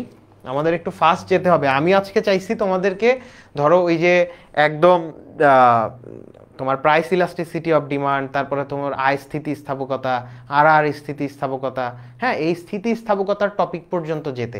যেহেতু স্থিতিস্থাপকতার টপিকগুলো তোমরা একটু সবসময় ভয় পাও, পণ্যটা কোন প্রকৃতির নির্ণয় করতে কনফিউজড হয়ে যাও, সো আমরা একটু টেনে পড়ে ওই পর্যন্ত যাব, ঠিক আছে? আচ্ছা দেখো, চাহিদা, ঠিক আছে, চাহিদার সংজ্ঞাটা কি বলছে? চাহিদার সংজ্ঞাটা বলছে যে কোনো নির্দিষ্ট সময়ে এবং নির্দিষ্ট দামে বাজারে ক্রেতাগণ কোনো একটা দ্রব্যের যতটুকু অংশ ক্রয় করতে ইচ্ছুক থাকে তাকে ওই দ্রব্যের চাহিদা বলে। কেমন ব্যাপারটা? এখানে দুইটা জিনিস খুব ইম্পর্টেন্ট, লিখতেই হবে নাহলে মার্কস কম পাবা। নির্দিষ্ট সময় এবং নির্দিষ্ট দামে, এই দুইটা জিনিস নির্দিষ্ট থাকাই লাগবে। নির্দিষ্ট সময় এবং নির্দিষ্ট দামে বাজারে ক্রেতাগণ কোনো একটা দ্রব্য বা সেবার যে পরিমাণ ক্রয় করতে ইচ্ছুক থাকে তাকে ওই দ্রব্যের চাহিদা বলে। কেমন ব্যাপারটা একটু দেখো। ধরো মানে বাজারে চিনির দাম হলো 100 টাকা কেজি। এই দাম যখন 100 টাকা কেজি চিনির, তখন বাজারের ক্রেতারা ওই 100 টাকা দামের বিপরীতে 1000 কেজি চিনি কিনতে চায়। তো তার মানে এটার মিনিং হলো যে 100 টাকা দামের বিপরীতে চিনির চাহিদার পরিমাণ 1000 কেজি। এইটা যদি তুমি এরকম মানে ইয়েতে চাহিদার সূচিতে প্রকাশ করতে চাও, তাহলে এই পাশে দাম আর এই পাশে চাহিদার পরিমাণ তুমি যদি লেখো, তাহলে এই যে 100 টাকা দামের বিপরীতে চাহিদার পরিমাণ হবে সে 1000 কেজি। এই যে ব্যাপারটা, এই যে দাম মানে এই যে একটা নির্দিষ্ট সময় এবং নির্দিষ্ট দাম, সেটা কত? 100 টাকা। এই 100 টাকা দামের বিপরীতে ক্রেতাগণ একটা দ্রব্যের যতটুকু অংশ ক্রয় করতে ইচ্ছুক থাকে সেইটাই হলো চাহিদা। আচ্ছা এখন দেখো চাহিদা, আমরা দেখো উপযোগে উপযোগ বিধি পড়ছি, কি ক্রমহ্রাসমান প্রান্তিক উপযোগ বিধি। তো তাহলে নিশ্চয়ই চাহিদারও এরকম একটা কোনো বিধি আছে, সেটাকে আমরা কি বলছি? চাহিদা বিধি বা ল অফ ডিমান্ড। এই ব্যাপারটা একদমই কমন সেন্স, আমি বলছি তো economics just about common sense. তো কেমন দেখো, এখানে বলা হচ্ছে অন্যান্য অবস্থা অপরিবর্তিত থেকে। এইখানেও দেখব এই অন্যান্য অবস্থা অপরিবর্তিত থেকে এই বিধির ক্ষেত্রে এটা লিখতেই হবে। কেন লিখতে হবে বা কোন জিনিসগুলো অপরিবর্তিত থাকা লাগবে সেটা আমি দেখাবো। তো তোমার তাহলে এটা কি? অন্যান্য অবস্থা অপরিবর্তিত থেকে স্বাভাবিক সময়ে কোনো দ্রব্যের দাম বাড়লে চাহিদার পরিমাণ কমে, আর দাম কমলে চাহিদার পরিমাণ তোমার বাড়ে। এই জিনিসটা একদম তোমার ইন জেনারেল। তোমার কি হয়, বাজারে কোনো একটা জিনিসের দাম যখন বেশি থাকে তুমি সেই জিনিসটা বেশি পরিমাণে কেনো না কম পরিমাণে কেনো বলো তো? যে কোনো একটা জিনিসের দাম যদি বেড়ে যায়, এটার খুব স্বাভাবিক রেসপন্স ওই জিনিসটা আমি কমায় কিনবো, কম পরিমাণে কিনবো। আর যদি দাম কমে যায় তাহলে ওই জিনিসটা আমি সবসময় বেশি পরিমাণে কিনবো। সে ধরো এক প্যাকেট চিপসের দাম ছিল 20 টাকা, ঠিক আছে, এইটা থেকে এখন দাম যদি কমে 15 টাকা হয়ে যায় তাহলে আমি ডেফিনেটলি ওই চিপসটা বেশি বেশি কিনবো। আর ধরো একটা প্যাকেট চিপসের দাম 20 টাকা থেকে বেড়ে 30 টাকা হয়ে গেল, তাহলে অবশ্যই আমি আগের চাইতে ওই চিপসটা কম পরিমাণে কিনবো। জাস্ট এই জিনিসটাই এইখানে চাহিদা বিধি আকারে বলছে যে অন্যান্য অবস্থা অপরিবর্তিত থাকলে কোনো দ্রব্যের দাম কমলে চাহিদার পরিমাণ বাড়ে, আর দাম বাড়লে চাহিদার পরিমাণ কমে। দাম এবং চাহিদার এই বিপরীতমুখী সম্পর্ককে চাহিদা বিধি বলে। বুঝতে পারছো? আচ্ছা ওকে, তো তাহলে আমি আরেকবার লাস্ট বলি যে অন্যান্য অবস্থা অপরিবর্তিত থাকলে কোনো দ্রব্যের দাম বাড়লে চাহিদার পরিমাণ কমে, আর দাম কমলে চাহিদার পরিমাণ বাড়ে। দাম এবং চাহিদার এই বিপরীতমুখী সম্পর্ককে তোমার হচ্ছে চাহিদা বিধি বলে। আচ্ছা এখন দেখো, আমি বলছি যে অন্যান্য অবস্থা অপরিবর্তিত থেকে, তো তাহলে চাহিদা বিধিতে কোন জিনিসগুলো অপরিবর্তিত থাকা লাগবে এইটা একটু আমরা দেখব। এই যে এই অরমিত শর্তগুলো অপরিবর্তিত থাকা লাগবে। কি? ভোক্তার আয় স্থির থাকতে হবে, ভোক্তার পছন্দ রুচি, হ্যাঁ অভ্যাস, এগুলো অপরিবর্তিত থাকা লাগবে। ভোক্তা যুক্তিশীল হইতে হবে, সম্পর্কিত দ্রব্যের দাম, সময় স্থির, বাজারে ক্রেতার সংখ্যা স্থির। এইগুলা যদি স্থির না থাকে তাহলে সমস্যা কি? এগুলা স্থির না থাকলে আমরা যে চাহিদা বিধির কথা বললাম সেইটা প্রতিপালিত নাও হতে পারে। অর্থাৎ দাম এবং চাহিদার পরিমাণের মধ্যে আমি একটা বিপরীতমুখী সম্পর্ক দেখছি না, যে দাম বাড়লে চাহিদার পরিমাণ কমে যায় আর দাম কমলে চাহিদার পরিমাণ বাড়ে। তার মানে দাম এবং চাহিদার পরিমাণের যে বিপরীতমুখী সম্পর্ক ছিল সেইটা বজায় নাও থাকতে পারে। কেমন দেখো, যে ধরো একটা জিনিসের মানে তুমি স্কুলে যাও এবং তোমাকে প্রত্যেক দিন ধরো 100 টাকা করে দেওয়া হয়। এই 100 টাকা দিয়ে চিপসের দাম ধরো 10 টাকা প্যাকেট, ঠিক আছে, তোমাকে দেওয়া হয় হচ্ছে 100 টাকা, আর চিপস হচ্ছে 10 টাকা পার প্যাকেট। তো তাহলে তুমি এই 10 টাকা দিয়ে মানে 10 টাকা প্যাকেটে 100 টাকায় কয়টা চিপস কিনতে পারবা? 10 প্যাকেট চিপস কিনতে পারবা। তো এখন যদি এই চিপসের দাম বেড়ে 10 টাকা থেকে 20 টাকা হয়ে যায় পার প্যাকেট, এখন তুমি কয় প্যাকেট কিনতে পারবা? এখন তুমি কয় প্যাকেট কিনতে পারবা? 5 প্যাকেট। তো তার মানে দেখো, দাম বাড়লে চাহিদার পরিমাণ কমে। তুমি 100 টাকা তোমার বাড়ি থেকে দিয়ে দিত, তার মানে তোমার আয় ছিল 100 টাকা। এখন এই আয়টা অপরিবর্তিত থাকবে, ভোক্তার আয় স্থির। ঠিক আছে, আমরা চাহিদা বিধি অনুযায়ী দেখতেছি যে ভোক্তার আয় স্থির, বাড়ি থেকে তোমাকে 100 টাকাই দেয়। চিপস আগে 10 টাকা প্যাকেট ছিল, কিনতে 10 প্যাকেট, এখন দাম বেড়ে 20 টাকা হয়ে গেল, তাহলে চিপস তুমি কত প্যাকেট কিনতে পারো? 5 প্যাকেট। তো দেখো, দাম বাড়ার ফলে তোমার চাহিদার পরিমাণ কমে গেছে। এবং এই ঘটনাটা যে প্রতিপালিত হলো, এটার কারণ কি জানো? এই যে অনুমিত শর্ত, তোমার 100 টাকাই বাড়ি থেকে দেয়, তার মানে তোমার আয় স্থির। কিন্তু আয় যদি স্থির না থাকতো, ঝামেলাটা কোথায়? ধরো 100 টাকার জায়গায় এবার বাড়িতে তোমাকে 100 টাকার জায়গায় 200 টাকা দেয়। ঠিক আছে, 200 টাকা দেয়। তো তাহলে 200 টাকা দিল, তোমার দাম বেড়ে 20 টাকা হয়ে গেছে, আর আয়ও তোমার চেঞ্জ হয়ে গেছে, আয় বেড়ে গেছে। তো তাহলে দাম যদি 10 টাকা থেকে 20 টাকাও হয়, তাও কিন্তু তুমি 200 টাকা দিয়ে আগের মতো 10 প্যাকেট চিপসই কিনতে পারবা। তো দেখো তোমার ঝামেলাটা কি হয়? দাম ছিল 10 টাকা, তখন তুমি 10 প্যাকেট চিপস কিনতা, দাম বেড়ে 20 টাকা হয়ে গেল, এই আয় বেড়ে যাওয়ার কারণে আগের মতো তুমি 10 প্যাকেট চিপসই কেনো। তো তার মানে দাম বাড়ার ফলে তোমার কি হওয়ার কথা ছিল? চাহিদার পরিমাণ কমার কথা ছিল, কিন্তু না কমে কিন্তু আগের মতোই আছে। তো তার মানে এটা কিন্তু চাহিদা বিধি প্রতিপালিত হলো না, চাহিদা বিধির ব্যতিক্রম বা চাহিদা বিধির ভায়োলেশন হইল। বুঝতে পারছো? আচ্ছা, দেখো তো তাহলে তোমরা এটা মানে এইটা বুঝতে পারছো যে ভোক্তার আয় যদি স্থির না থাকে, আয় যদি বেড়ে যায়, তাহলে তোমার মানে চাহিদা বিধি অনুযায়ী দাম যেই মানে বাড়লে চাহিদার পরিমাণ কমার কথা, সেটা না কমে বেড়েও যেতে পারে, স্থিরও থাকতে পারে। বুঝতে পারছো তোমরা? আমাকে একটু কমেন্ট সেকশনে জানাও যে তোমরা এই টপিকটা বুঝতে পারছো কিনা। আচ্ছা, তোমরা যারা ইউটিউব এবং ফেসবুকে জয়েন করেছো, তোমরা একটু কমেন্ট করে জানাও এটা বুঝতে পারছো কিনা, না হলে তো আমি বুঝতে পারবো না যে তোমরা ক্লাসটা বুঝতে পারছো কিনা। আচ্ছা, নিশাদ বলেছো জি ভাইয়া। আচ্ছা, বর্ণ বলেছো বুঝতে পারছি। ওকে, ভেরি গুড। না বুঝে আবার কিন্তু বুঝতে পারছো এটা বললো না, মানে না বুঝতে পারলে ডেফিনেটলি জানাবা। আচ্ছা, এরপরে কি বলছো? ভোক্তার পছন্দ, আয়, রুচি অপরিবর্তিত থাকতে হবে। কেন? ধরো এমন হলো যে 1 কেজি করলার দাম ধরো 50 টাকা। ঠিক আছে, এই 1 কেজি করলার দাম 50 টাকা। এখন করলার দাম যদি বেড়ে 100 টাকা হয়ে যায়, তাহলে কি হওয়ার কথা? করলা আমার আগের চাইতে কম কেনার কথা চাহিদা বিধি অনুযায়ী। দাম 50 টাকা ছিল, সেখান থেকে 100 টাকা হয়ে গেল, তাইলে অবশ্যই চাহিদার পরিমাণ কমার কথা। কিন্তু ধরো হঠাৎ করে একটা রিসার্চ পেপার পাবলিশ হয়ে গেছে বা টেলিভিশনে দেখানো শুরু করছে করলার জুস খেলে মানুষের আয়ু 10 বছর বেড়ে যায়, তখন মানুষ কি করবে? দাম 50 থেকে 100 হয়েছে, এটা তো 500 হইলেও আমি কিনবো, কারণ আমার আয়ু বাড়াতে চাই। তো তার মানে এমন হতে পারে, ধরো এই যে মানুষের যদি রুচির পরিবর্তন হয়, অভ্যাসের পরিবর্তন হয়, করলার দাম 50 থেকে 100 হয়ে গেছে, তাইলে করলার চাহিদা কমার কথা ছিল, উল্টা করলা গিয়ে মানুষ বেশি কেনা শুরু করছে। কারণ কি? ওই যে টেলিভিশনে প্রচার করছে করলার জুস খেলে প্রত্যেকদিন সকালে মানুষের আয়ু বেড়ে যেতে পারে। সো মানে আমার যদি পছন্দ বা রুচি বা অভ্যাস স্থির না থাকে, তাইলে দাম বাড়লে চাহিদার পরিমাণ কমার বদলে বাড়াও শুরু হয়ে যেতে পারে। এটা তো চাহিদা বিধির ব্যতিক্রম। তো তার মানে আমরা অনুমিত শর্ত প্রতিপালিত না হলে কি হতে পারে, অথবা চাহিদা বিধির ব্যতিক্রম কি ঘটনা ঘটতে পারে, সেইটাই কিন্তু এখানে পড়তেছি। তো এরপরে কি? আচ্ছা,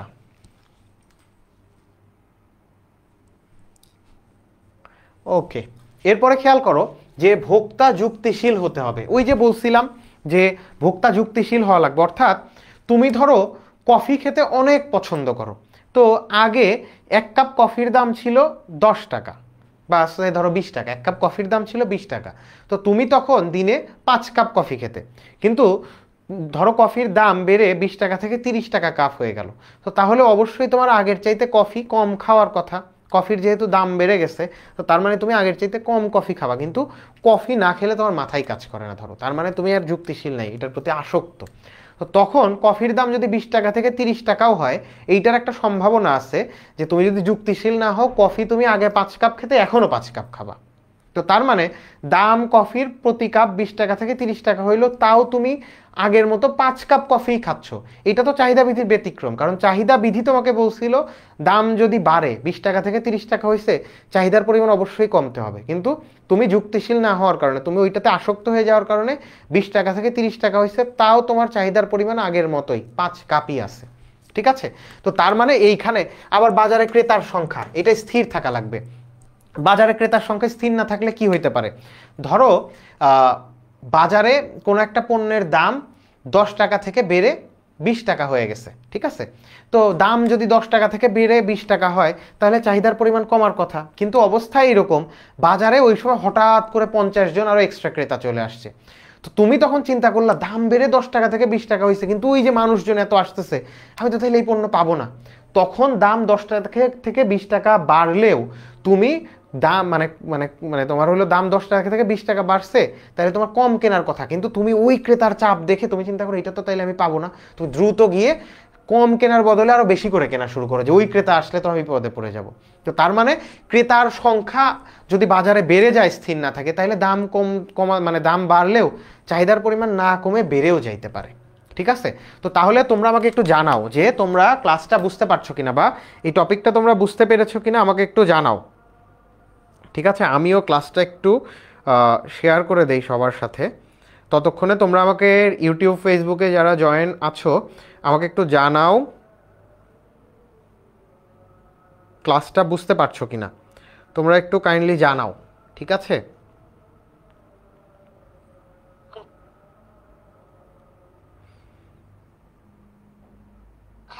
যদি বাজারে বেড়ে যায় স্থির না থাকে, তাহলে দাম কমা। ওকে, ঠিক আছে, আমিও ক্লাসটা আমার টাইম লাইন থেকে শেয়ার করে দিয়েছি, তোমরা ক্লাসটা বুঝতে পারছো কিনা। আচ্ছা, সুস্মিতা বলেছো বুঝেছো, মনি বলেছো ক্লিয়ার, খাদিজা বলেছো আচ্ছা, তো তার ফ্রেন্ডকে মেনশন করেছো, ভেরি গুড। আচ্ছা, ঐশীদেব বলেছো জি ভাইয়া বুঝেছি। ওকে, ভেরি গুড। তো তাহলে তোমরা, আমি যেটা বলছিলাম যে মানে তোমরা মাত্র যারা জয়েন করেছো তোমাদের জন্য একটা জিনিস একটু ক্লিয়ার করে দেই। আমরা 10 মিনিট স্কুল থেকে এইচএসসি 25 ব্যাচের মানবিকের শিক্ষার্থীদের জন্য শেষ মুহূর্তের প্রস্তুতি কোর্স নামে একটা কোর্স লঞ্চ করেছি, যেইখানে আমরা একদম ঠিক এইচএসসি পরীক্ষার আগ পর্যন্ত আমরা মানে এই মানবিকের কোর্সটাতে অর্থনীতি, তারপরে তোমার হচ্ছে ভূগোল, তারপরে তোমার হচ্ছে পৌরনীতি এবং ইসলামের ইতিহাস ও সংস্কৃতি, এবং তোমাদের যদি আরও রিকোয়ারমেন্ট থাকে প্রয়োজনে 1-2টা মানে সাবজেক্ট মানে বাড়লেও হয়তো বাড়তে পারে, সেটা শিওর না, কিন্তু এই 4টা সাবজেক্ট আমরা একদম বেসিক থেকে শুরু করে একদম অ্যাডভান্স লেভেল পর্যন্ত ক্লাসগুলো পড়ব, এবং প্রত্যেকটা ক্লাসের পরে তোমাদের বোর্ড স্ট্যান্ডার্ড এমসিকিউ এক্সাম হবে, তারপরে তোমাদের হচ্ছে একদম কমপ্লিট মডেল টেস্ট হবে, তোমাদের ওয়ান শট এমসিকিউ এই নামে আমরা তোমাদের হচ্ছে বোর্ডের যেই প্রিভিয়াস এমসিকিউগুলো আসছিল চ্যাপ্টার ওয়াইজ সেগুলো আমরা সলভ করাবো। সো আমাদের এই শেষ মুহূর্তের প্রস্তুতি কোর্সে 3 ঘন্টার এক একটা কনসেপ্ট ক্লাস হবে, যেখানে এই যে আমরা এখন যেভাবে ধরে ধরে পড়ছি আরও ইন ডিটেইল পড়বো। এই দ্বিতীয় অধ্যায়, ঠিক আছে, এই দ্বিতীয় অধ্যায়ের আমরা 2টা ক্লাস নেব, 3 ঘন্টা 3 ঘন্টা 6 ঘন্টা। তো আজকে আমরা এটার একটা ডেমনস্ট্রেশন বলতে পারো, যে এই 3 ঘন্টার ক্লাসে আমরা কেমন পড়াশোনা করি সেইটা তোমরা দেখতে পাচ্ছ। এবং এই ক্লাসটা যদি আজকে এখন যে ক্লাসটা করছি এইটাও যদি তোমরা করো, তাহলে এই তোমার মানে চ্যাপ্টার থেকে মিনিমাম তুমি 2টা কোশ্চেন আনসার করতে পারবা। এবং আমাদের এই শেষ মুহূর্তের প্রস্তুতি কোর্সটাতে তোমরা এনরোল করলে গত বছরের যেই আমি ক্লাসগুলো নিয়েছিলাম বা অন্যান্য টিচাররা নিয়েছিল সেটা তোমরা প্লে লিস্ট আকারে পেয়ে যাবা। তার মানে তোমরা তোমাদের প্রয়োজন অনুযায়ী টেস্ট পরীক্ষার আগেও চাইলে তোমার স্পেসিফিক ওই চ্যাপ্টারটা তুমি করে নিতে পারবা। সো তোমার আজকের এই ক্লাসটা আমি মনে করি ইম্পর্টেন্ট, যে কেমন পড়া এইটা একটা দেখা, আর একটা হচ্ছে এই দ্বিতীয় চ্যাপ্টারের যেই ম্যাথমেটিক্যাল জিনিসগুলো তোমরা কম বুঝতে পারো সেগুলো আমি একদম ক্লিয়ার করে দেবো। সো তোমরা ক্লাসটা তোমাদের টাইম লাইনে শেয়ার করে দিতে পারো, এবং যেই ফ্রেন্ডরা এখন তোমার ক্লাসে নাই, ক্লাসমেট, তাদেরকে একটু কাইন্ডলি মেনশন করে দাও, তোমার গ্রুপগুলোতে ক্লাসটা শেয়ার করে দাও। ওকে, তো আমরা যেটা পড়ছিলাম দেখো, আমরা চাহিদা পড়েছি, তারপরে অনুমিত শর্ত এবং চাহিদা বিধি পড়েছি। ঠিক আছে, মানে চাহিদা বিধির অনুমিত শর্ত এবং চাহিদা বিধি পড়েছি। এখন আমরা চাহিদার সমীকরণ, দেখো এই যে একদম ম্যাথমেটিক্যাল যে জিনিসগুলো তোমাদের টাফ লাগে, সো সেইগুলো আমরা এখন একটু দেখব, যে চাহিদা বিধি থেকে আমরা চাহিদার সমীকরণ কিভাবে আঁকবো। ঠিক আছে, তো দেখো চাহিদা বিধিতে আমরা কি বলছিলাম, চাহিদা বিধিতে আমরা বলছিলাম কোনো দ্রব্যের দাম বাড়লে চাহিদার পরিমাণ কমে, আর দাম কমলে চাহিদার পরিমাণ বাড়ে। তো এইখানে দেখো কোন দুইটা জিনিস কমা বাড়া করতেছে, একটা দাম আর একটা চাহিদার পরিমাণ। তো তার মানে কমা বাড়া যেহেতু দুইটা জিনিস করতেছে, তার মানে চাহিদা বিধিতে চলক কয়টা, দুইটা। মানে যেইগুলা কোনো একটা ইকুয়েশনে কমা বাড়া করে, কমে বা বাড়ে, সেইটাকেই বলা হয় চলক। তো চাহিদা বিধিতে আমরা দুইটা জিনিস কমতে বাড়তে দেখছি, একটা হচ্ছে দাম আর একটা চাহিদার পরিমাণ। সো এইখানে চলক দুইটা, কি কি, একটা হচ্ছে দাম আর একটা চাহিদার পরিমাণ। তো আমি যদি এখন চাহিদার সমীকরণ আঁকি, চাহিদার সমীকরণ কোথা থেকে আসে, চাহিদা বিধি থেকেই তো আসে।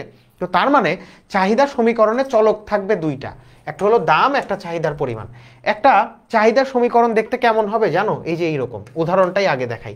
QD is equal to 10 - 2p, ঠিক আছে। এখানে দেখো চলক দুইটা, এই কিউডি কি, কিউডি হলো এই যে চাহিদার পরিমাণ, আর পি হচ্ছে দাম।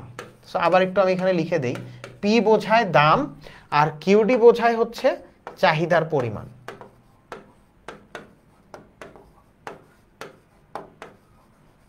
চাহিদার পরিমাণ। তো এইটা হচ্ছে একটা মানে একটা যে কোনো একটা চাহিদা সমীকরণের উদাহরণ, যেখানে বাম সাইডে থাকবে হলো তোমার কিউডি বা চাহিদার পরিমাণ, আর ডান সাইডে থাকবে তোমার পি, এবং এই যে এইখানে যে মাইনাস চিহ্নটা থাকবে, QD is equal to 10 - 2p। এখন এইটার যদি একটা সাধারণ সমীকরণ আমি দেখতে চাই, তাহলে ব্যাপারটা এইরকম হবে, QD is equal two a - bp। QD আমি একটু আগেই বলছি যে চাহিদার পরিমাণ, আর পি দাম। বিটা হবে কি, বিটা হবে সহগ, ঠিক আছে। সহগ মানে যে কোনো সংখ্যা, যে কোনো সংখ্যা, ঠিক আছে, যে কোনো সংখ্যা। আর এটা কি হবে, এটা হবে ধ্রুবক। ধ্রুবক মানে এইটাও যে কোনো একটা সংখ্যা হবে। জাস্ট ব্যাপারটা কি, ব্যাপারটা হলো এই যে সংখ্যাটা, এই বিটা যেহেতু পি চলকের সাথে আছে, দামের সাথে আছে, এই জন্য এটাকে বলতেছি আমি সহগ, আর এটাকে বলতেছি আমি ধ্রুবক। কিন্তু এ বি দুইটাই সংখ্যা হবে, সেটা তুমি দেখতেই পাচ্ছ, এই যে QD is equal to 10 - 2p। এই 10 হলো ধ্রুবক, আর 2কে আমি বলতেছি হচ্ছে সহগ। তো এইটা হচ্ছে একটা আমার আদর্শ সমীকরণ, যেখানে চাহিদা সমীকরণের সবচেয়ে গুরুত্বপূর্ণ যে ব্যাপার, এই যে দেখো দামের আগে মাইনাস চিহ্ন থাকে। সো চাহিদা সমীকরণ ব্যাপারটা তো আমরা বুঝে ফেলেছি। এখন আমি একটা জিনিস দেখব, যে এইটা যে লিখছি QD is equal to 10 - 2p, এইটা যে একটা চাহিদা সমীকরণ, ভাই আপনি যে বলছেন এইটা যে চাহিদা সমীকরণই, তার প্রমাণটা কি, সেই প্রমাণটা আমরা একটু দেখব, ঠিক আছে। তো দেখো এই চাহিদা সমীকরণে সহগ মানে চলক কোনটা কোনটা, চলক হচ্ছে একটা পি আর একটা হলো কিউডি, এই দুইটা তো চলক। তো এই দুইটা চলকের মধ্যে পি কে বলা হচ্ছে তোমার স্বাধীন চলক। কেমন চলক, পি কে বলে স্বাধীন চলক, আর কিউডি কে বলে অধীন চলক। এটা মনে না রাখলেও চলবে, খুব সহজ করে বলি। দেখো তোমরা ছোটবেলায় জেনারেল ম্যাথ করছিলে না, জেনারেল ম্যাথে এইরকম ছিল, y is equal to 10 - 2x।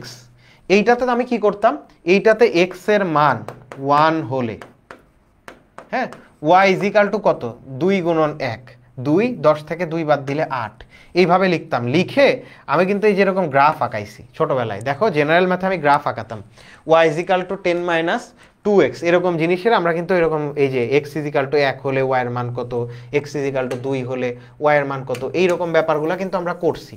So ওইখানে আমি কি করতাম, আমি আসলে x এর মান বসাতাম। এই জন্য এই যে y is equal to 10 - 2x, x এর মান ইচ্ছা মতো বসাতাম, এইটার জন্য y এর মান পেতাম, একটা স্পেসিফিক মান পেতাম। x এর মান যদি আমি 1 বসাই, x ইজ ইকাল টু 1 হলে, হ্যাঁ, y ইজ ইকাল টু 10 - 2 × 1, এই যে 8 বসাতাম। তো তার মানে দেখো এইখানে আমি এই x এর মান ইচ্ছা মতো যেহেতু বসাতে পারি, এই জন্য এটাকে বলা হচ্ছে স্বাধীন চলক, আর কিউডি কে বলা হচ্ছে অধীন চলক। তো দেখো এই যে আমরা এই সমীকরণ, ঠিক আছে, এই সমীকরণ থেকে আমরা কিন্তু এই তোমার চাহিদা, তোমার যে ইয়াটা বলে সূচি, চাহিদার সূচি, এইটা আমরা পাইছি। কিভাবে পেলাম, এই সমীকরণ থেকে এই সূচিটা আসছে। সমীকরণ থেকে সূচিটা কিভাবে আসলো, দেখো দাম 1 যদি বসাই এই সমীকরণে, দাম মানে পি এর মান, পি এর মান যদি 1 বসাও তাহলে কত হয়, 2 × 1, 10 থেকে 2 বাদ দিলে কত হচ্ছে, 8, দেখো এই যে 8। তারপরে তুমি যদি পি এর মান 2 বসাও এইখানে, তাহলে কি হচ্ছে, 10 - 2 × 2 কত, 6। 4 হচ্ছে 10 থেকে 4 বাদ দিলে এই যে 6 পাইছি।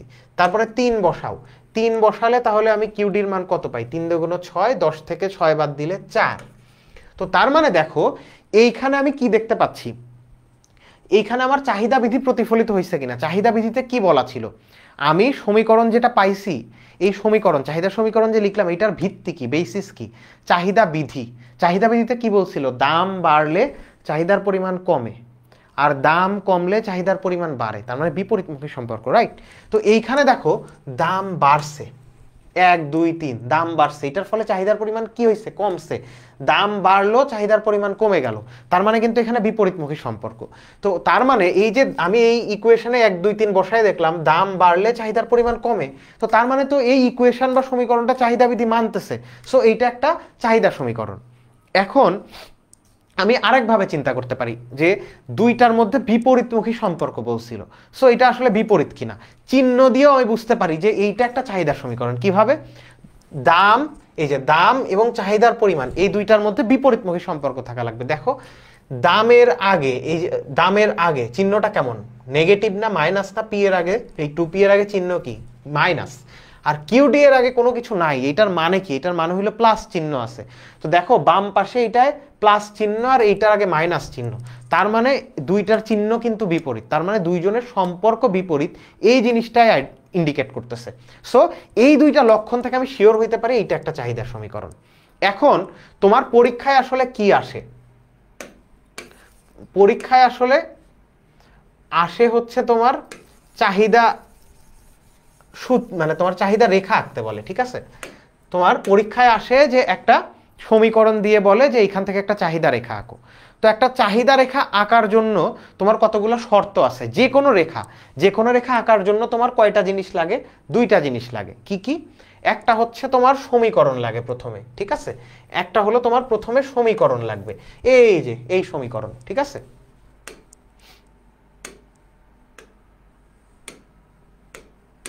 তোমার এই যে এখানে দেখো যে সমীকরণ দেখতে পাচ্ছ, এরকম একটা সমীকরণ লাগে।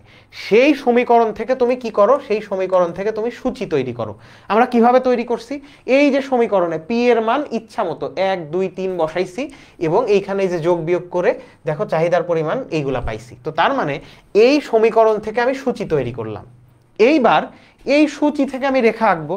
এই মানে তোমার চাহিদা যখন আমি সমীকরণ থেকে সূচি পেয়ে গেছি, এই সূচিতে এক পাশে আছে দাম, এক পাশে চাহিদার পরিমাণ, এইটা যদি আমি জাস্ট বসাই দেই চাহিদা রেখা পেয়ে যাই। চাহিদা রেখা আঁকানোর জন্য, অর্থাৎ একটা সূচি যদি পেয়ে যাও সেখান থেকে রেখা কেমনে আঁকে এটা তো অলরেডি দেখাই ফেলছি। সো এইটা বুঝছো কিনা একটু বলো তো,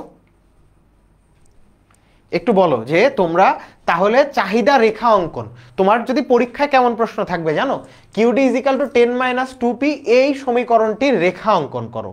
তো এইটার রেখা যখন অঙ্কন করতে পারবে মানে বলবে, তুমি তখন এই সমীকরণটা দেখে এই যে এইখানে মাইনাস চিহ্ন আর এইটার আগে প্লাস চিহ্ন, এই কিউডির আগে প্লাস চিহ্ন আর এইটার আগে মাইনাস চিহ্ন দেখেই বুঝে ফেলবে এটা একটা চাহিদা সমীকরণ। আর চাহিদা সমীকরণ মানেই যেই চাহিদা রেখাটা পাবো সেটা অবশ্যই নিম্নগামী হবে, কারণ কি দুইজনের মধ্যে সম্পর্ক তো বিপরীত। আর দুইটা সমীকরণ, একটা তোমার সমীকরণে দুইটা চলকের মধ্যে যদি বিপরীতমুখী সম্পর্ক হয় সেটার গ্রাফটা সব সময় নিম্নগামী হবে। দেখো এইখানে দাম এবং চাহিদার পরিমাণ এই দুইটার মধ্যে সম্পর্ক কেমন, চাহিদা বিধিতে বলছে বিপরীত। দুইটার সম্পর্ক যেহেতু বিপরীত সুতরাং এইটার গ্রাফ সবসময় নিম্নগামী হবে।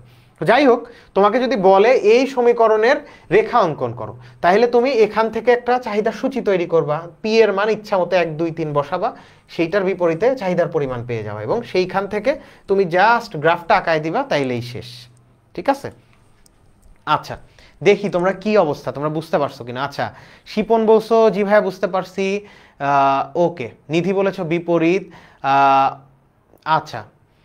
এরপরে এই পাশে দেখতে পাচ্ছি ওকে, ইয়েস ভাইয়া ক্লিয়ার। বর্ষা দাস বলেছো ভেরি গুড। আচ্ছা মুস্তাসিন আলী ইরা বলেছো জি ভাইয়া বুঝতে পারছি। হ্যাঁ ওকে, এক্সিলেন্ট এক্সিলেন্ট, ঠিক আছে, তোমরা তাহলে সবাই বুঝতে পারছো। আচ্ছা তাহলে এখন আমরা পরেরটায় যাই। তাহলে এইটা যদি তোমাদেরকে বলে, আমি আরেকটা জিনিস লাস্ট তাইলে তোমাদেরকে আবার একটু রিহার্স করি। হ্যাঁ, যদি আমরা কি বলছি যে গ্রাফ মানে হলো একটা 2 ডাইমেনশনাল স্ট্যাটিস্টিক্যাল টুল, তার মানে গ্রাফের মাধ্যমে এক্স অক্ষ আর ওয়াই অক্ষ বরাবর সর্বোচ্চ দুইটা জিনিসের সম্পর্ক প্রকাশ করা যায়। তো এখন দুইটা জিনিসের সম্পর্ক মানে কি, দুইটা চলকের সম্পর্ক, তাই তো?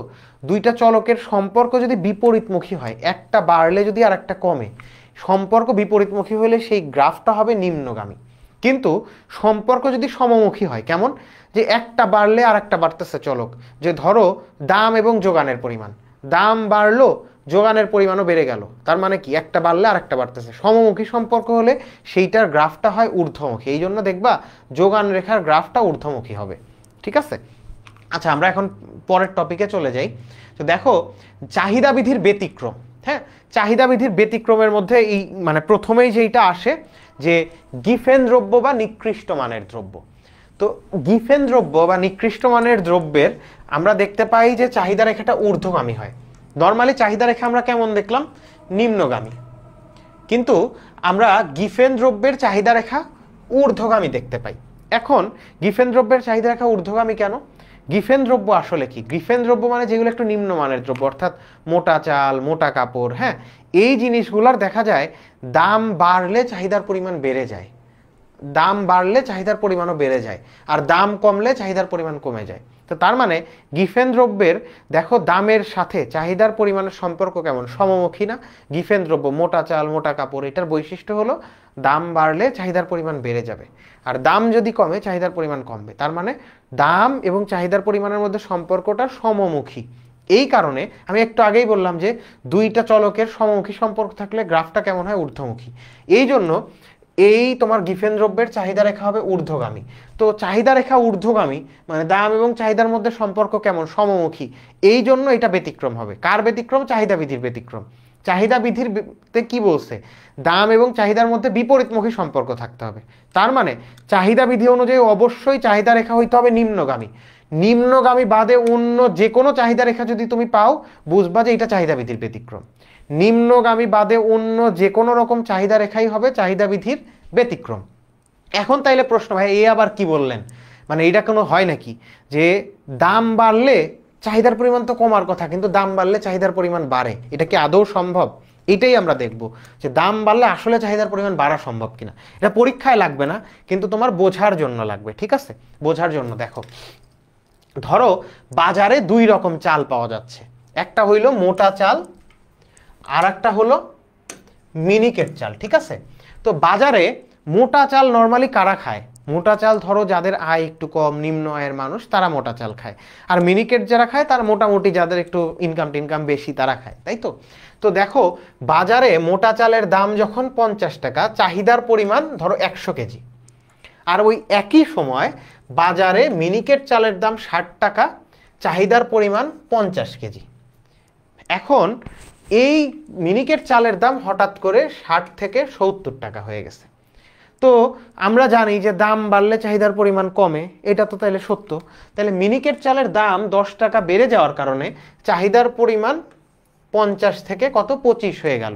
অর্থাৎ দেখো মিনিকেট চালের দাম বাড়ছে, চাহিদার পরিমাণ কমে 25 হয়ে গেছে। তার মানে এখানে 25 কেজি চাহিদার পরিমাণ কমে গেছে। এখন ব্যাপার হলো এই যে 25 কেজি চাল যারা খাচ্ছে না, চাল কি দাম বেড়ে গেলে কম খাওয়া সম্ভব? তার মানে এই 25 কেজি যারা খেত, এই মিনিকেট চাল না খেয়ে অন্য কোনো চাল নিশ্চয়ই খাচ্ছে, তাহলে তারা এখন কি করবে? দেখো এই পাশে ওইখানে যখন মিনিকেট চালের দাম বাড়ছে, মোটা চালেরও দাম বাড়ছে। মোটা চালের দাম এইখানে মিনিকেট চালের দাম 10 টাকা বাড়ছে, মোটা চালের দামও 10 টাকা বাড়ছে। তো মোটা চালের নিচে তো আর কোনো চাল বাজারে পাওয়া যায় না, তো তাইলে মানুষের তো খেয়ে বাঁচতে হবে। তো এখন কি হয়, আগে যারা 50 টাকা কেজি চাল খেত সবচেয়ে সর্বনিম্ন দামে, দাম 60 টাকা হয়ে গেলেও ওই মানুষগুলোর তো চাল খেয়ে বাঁচতেই হবে। তার মানে আগের যে মানুষ 100 কেজি খেত 50 টাকা দামে, এর চেয়ে কমে যেহেতু আর চালই পাওয়া যায় না, দাম 60 টাকা হইলেও চাহিদার পরিমাণ 100 কেজিই থাকে। তার মানে আগের যেই মানুষগুলো 100 কেজি খেত, 60 টাকা বাড়ার ফলেও তার 100 কেজিই খাবে। কিন্তু ঘটনাটা কি ঘটবে, এইখানে যেই মানুষ এই যে 50 থেকে 25 কেজিতে চলে আসলো, তার মানে 25 কেজি চাল যারা খেত তারা তখন ট্রান্সফার হয়ে কি করবে, তারা তখন ট্রান্সফার হয়ে এই যে মোটা চাল খাওয়া শুরু করবে। তো তার মানে দাম বাড়ার ফলে আগে যারা 100 কেজি খেত যেই পরিবারগুলা, তাদের আর কোনো উপায় নাই, তাদের মোটা চাল খাওয়াই লাগবে। সো তারা এই মোটা চালেই থেকে যায়, চাহিদা 100 থেকেই যায়। সাথে ওই যে যারা মিনিকেট খেত তারা দাম বেড়ে যাওয়ার ফলে এখন মোটা চালে চলে আসছে, ওই যে কমছে 25 কেজি সেই 25 কেজি, যার কারণে এই যে 100 + 25 = 125। তাইলে দেখো এই যে মোটা চাল যেইটা গিফেন, এইখানে কি হইলো, দাম 50 থেকে 60 হওয়ার কারণে উল্টা চাহিদার পরিমাণ না কমে বেড়ে গেছে। এই যে এই কারণে গিফেন দ্রব্যের দাম বাড়লে চাহিদার পরিমাণ না কমে উল্টা বেড়ে যায়। তো দেখো দামও বাড়ছে চাহিদার পরিমাণও বাড়ছে, সম্পর্ক কেমন, সমমুখী। এই জন্য গ্রাফটা ঊর্ধ্বগামী হয়েছে। বুঝছো কিনা একটু বলো তো, এটা বুঝছো কিনা? আচ্ছা, আয়শা ইসলাম রিমি বলেছে অর্থনীতি বুঝলে খুব সহজ। এক্স্যাক্টলি। সাকিব হাসান বলছো অবশ্যই, কি জন্য বলছো? আচ্ছা ভাইয়া আপনি অনেক সুইটলি পড়ান, thank you. Sanjida thank you. তোমরা একটা কাজ করো, তোমরা কিন্তু ক্লাসগুলা শেয়ার করতেছো না। তোমরা ক্লাসগুলা তোমাদের টাইম লাইন থেকে একটু শেয়ার করে ডান লিখে দাও তোমাদের যদি ক্লাস আসলেই ভালো লাগে। এবং তোমাদের গ্রুপ মানে কলেজে নিশ্চয়ই তোমাদের ফ্রেন্ডদের মেসেঞ্জার এবং হোয়াটসঅ্যাপ গ্রুপ আছে, ওইখানে একটু শেয়ার করে দাও। আচ্ছা মাহি মাহি বলছো জি ভাইয়া বুঝছি, ওকে। আচ্ছা বর্ণ আক্তার বলছো বুঝছি। আচ্ছা ওকে। আচ্ছা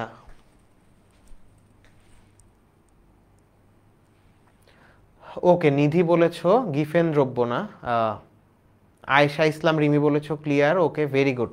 আচ্ছা জিনিয়া অহনা বলেছো জি ভাইয়া ক্লিয়ার। ঠিক আছে, তোমরা একটু তোমাদের যারা ফ্রেন্ড আরো যাদের ইকোনমিক্স আছে তোমাদের ক্লাসমেট নিশ্চয়ই জানো, তো তাদেরকে মেনশন করো। তোমার ক্লাস উপস্থিতি আসলে এত কম কেন আমি বুঝতে পারছি না। তোমাদের আমি এইটা কথা দিয়েছি যে তোমাদের 2টা কোশ্চেন, এই 2 ঘন্টার ক্লাস থেকে 2টা কোশ্চেন আমি কমন দিব ইনশাল্লাহ তোমার টেস্ট এক্সাম এবং হচ্ছে এইচএসসি এক্সামে। এবং তোমরা যারা কোর্সটা এনরোল করবা কিনা এই কনফিউশনে আছো, তাদেরকেও কিন্তু একটা ডেমনস্ট্রেশন ক্লাস যে আমরা 3 ঘন্টার ক্লাসগুলো কেমন করব সেইখানে তুমি বুঝতে পারবা কিনা। সো তোমাদের ফ্রেন্ডদেরকে একটু মেনশন দিয়ে দিতেই পারো, হ্যাঁ মেনশন দিয়ে একটু তোমরা ফ্রেন্ডদেরকে ডেকে নিয়ে আসো। গিফেন দ্রব্য কি একটু বোঝান স্যার? শিপন বললাম তো, গিফেন দ্রব্য বলতে বোঝায় নিম্নমানের পণ্য, অর্থাৎ মোটা চাল মোটা কাপড়। স্বাভাবিক পণ্যের ক্ষেত্রে কি হয়, স্বাভাবিক পণ্যের ক্ষেত্রে যেই চাহিদা বিধি আছে সেটা প্রতিপালিত হয়, অর্থাৎ স্বাভাবিক পণ্যের ক্ষেত্রে দাম বাড়লে চাহিদার পরিমাণ কমে আর দাম কমলে চাহিদার পরিমাণ বাড়ে। তার মানে স্বাভাবিক পণ্যের জন্য দাম এবং চাহিদার পরিমাণের মধ্যে একটা বিপরীতমুখী সম্পর্ক থাকে। কিন্তু গিফেন দ্রব্যের হলো উল্টা, গিফেন দ্রব্যের দাম বাড়লে চাহিদার পরিমাণ বেড়ে যায় আর দাম কমলে চাহিদার পরিমাণ কমে যায়। তো তার মানে গিফেন দ্রব্যের ক্ষেত্রে দাম এবং চাহিদার পরিমাণের মধ্যে একটা সমমুখী সম্পর্ক, এবং এই কারণেই সমমুখী সম্পর্কের গ্রাফটা সবসময় ঊর্ধ্বগামী হয় আমি বলছি। এই জন্য দেখো গিফেন দ্রব্যের চাহিদা রেখা নিম্নগামী না হয়ে ঊর্ধ্বগামী হয়েছে। এটা কি চাহিদা বিধির একটা ব্যতিক্রম। এখন দাম বাড়লে কেন চাহিদার পরিমাণ বাড়ে এইটা কিন্তু আমি অলরেডি বোঝাইছি, তুমি চাইলে একটু পেছনে টেনে আবার চাইলে বুঝে নিতে পারো।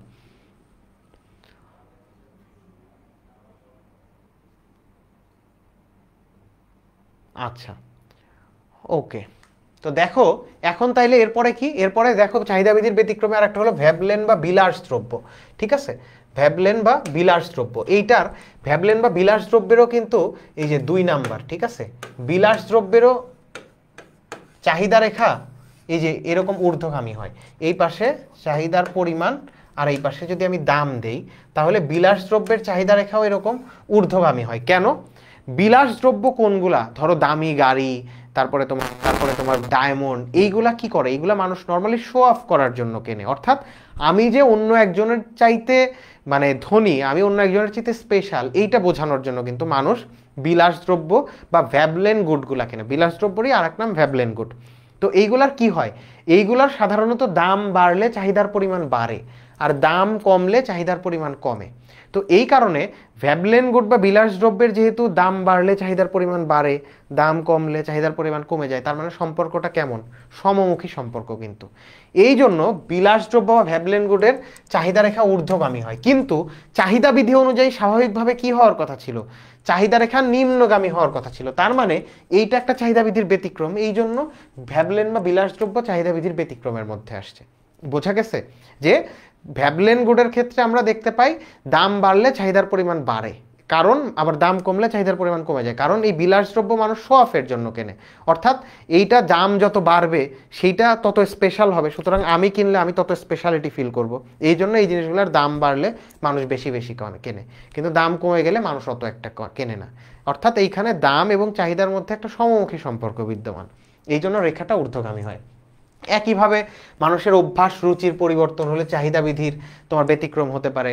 হ্যাঁ, আয়ের পরিবর্তনে চাহিদা বৃদ্ধি তোমার নাও মানতে পারে, অবস্থানগত কারণ, হ্যাঁ এইগুলা মানে আরেকটু ডিটেল সময়ের দরকার, যেহেতু সামনে আমার আরও বেশ কিছু টপিক কভার করতে হবে। সো আমি একটু সামনে যাইতে চাই। তাও যদি তুমি মনে করো আমি একটু ওই যে বোঝাই দিতে পারি, দেখো এই যে আয়ের পরিবর্তন আমরা একটু আগেই দেখছি, যে এটা তো একটু আগেই আমরা দেখলাম যে তোমার হচ্ছে ধরো তুমি স্কুলে যাও, তোমার বাসা থেকে 100 টাকা করে দেয়, ঠিক আছে, আর প্রত্যেক প্যাকেট চিপসের দাম 10 টাকা করে। তো তাহলে তুমি 100 টাকায় কয় প্যাকেট চিপস কিনতে পারো? 100 টাকায় চিপস কিনতে পারো হচ্ছে 10 প্যাকেট। তার মানে দাম যখন 10 টাকা, চিপসের চাহিদার পরিমাণ তোমার জন্য কত? 10 প্যাকেট। এখন দাম বেড়ে 20 টাকা যদি হয়ে যায়, তাহলে তুমি কয় প্যাকেট চিপস কিনতে পারো 100 টাকা দিয়ে? 5 প্যাকেট নিশ্চয়ই, 5, আর আগে কিনতে পারতা 10 প্যাকেট, রাইট? 10 টাকায় 10 প্যাকেট কিনতে পারতো 100 টাকায়। এখন 20 টাকা যেই দাম বেড়ে গেল, চাহিদার পরিমাণ হয়ে গেছে কত? 5, তুমি এটা কিনতে পারো। তার মানে দেখো দাম বাড়ার ফলে চাহিদার পরিমাণ কমছে, কিন্তু আয় যদি সামহাও পরিবর্তন হয়, অর্থাৎ 100 টাকার জায়গায় তোমার বাড়ি থেকে যদি 200 টাকা দেয়, তাহলে তখন কি হবে? দাম বেড়ে 20 টাকা যদি হয়ও, তাও তুমি ওই 20 টাকা দিয়ে মানে ওই 20 টাকা প্যাকেটের বিপরীতে এই 200 টাকা ব্যবহার করে 10 প্যাকেট চিপসই কিনতে পারবা। তার মানে আয় বাড়লো, কিন্তু তুমি চিপস আগের সমান অর্থাৎ 10 প্যাকেটই কিনতে পারো। তার মানে তোমার দাম বাড়লে চাহিদার পরিমাণ কমার কথা ছিল, কিন্তু এইখানে চাহিদার পরিমাণ ওই আগের 10 প্যাকেট সেম থেকে যাচ্ছে। তার মানে এটা একটা চাহিদা বৃদ্ধির ব্যতিক্রম। সো তোমরা এটা বুঝছো কিনা যে চাহিদা বৃদ্ধির যে ব্যতিক্রম যে জিনিসগুলো পড়ালাম, ধরো ভ্যাবলেন গুড, তারপরে তোমার হচ্ছে এই যে আয়ের পরিবর্তন, ঠিক আছে, এরপরে গিফেন দ্রব্য বা নিকৃষ্ট মানের দ্রব্য, হ্যাঁ এইগুলার ক্ষেত্রে চাহিদা বৃদ্ধির ব্যতিক্রম কেন হয়, ব্যাখ্যাটা বুঝতে পারছো কিনা আমাকে একটু কমেন্ট সেকশনে জানাও, ঠিক আছে?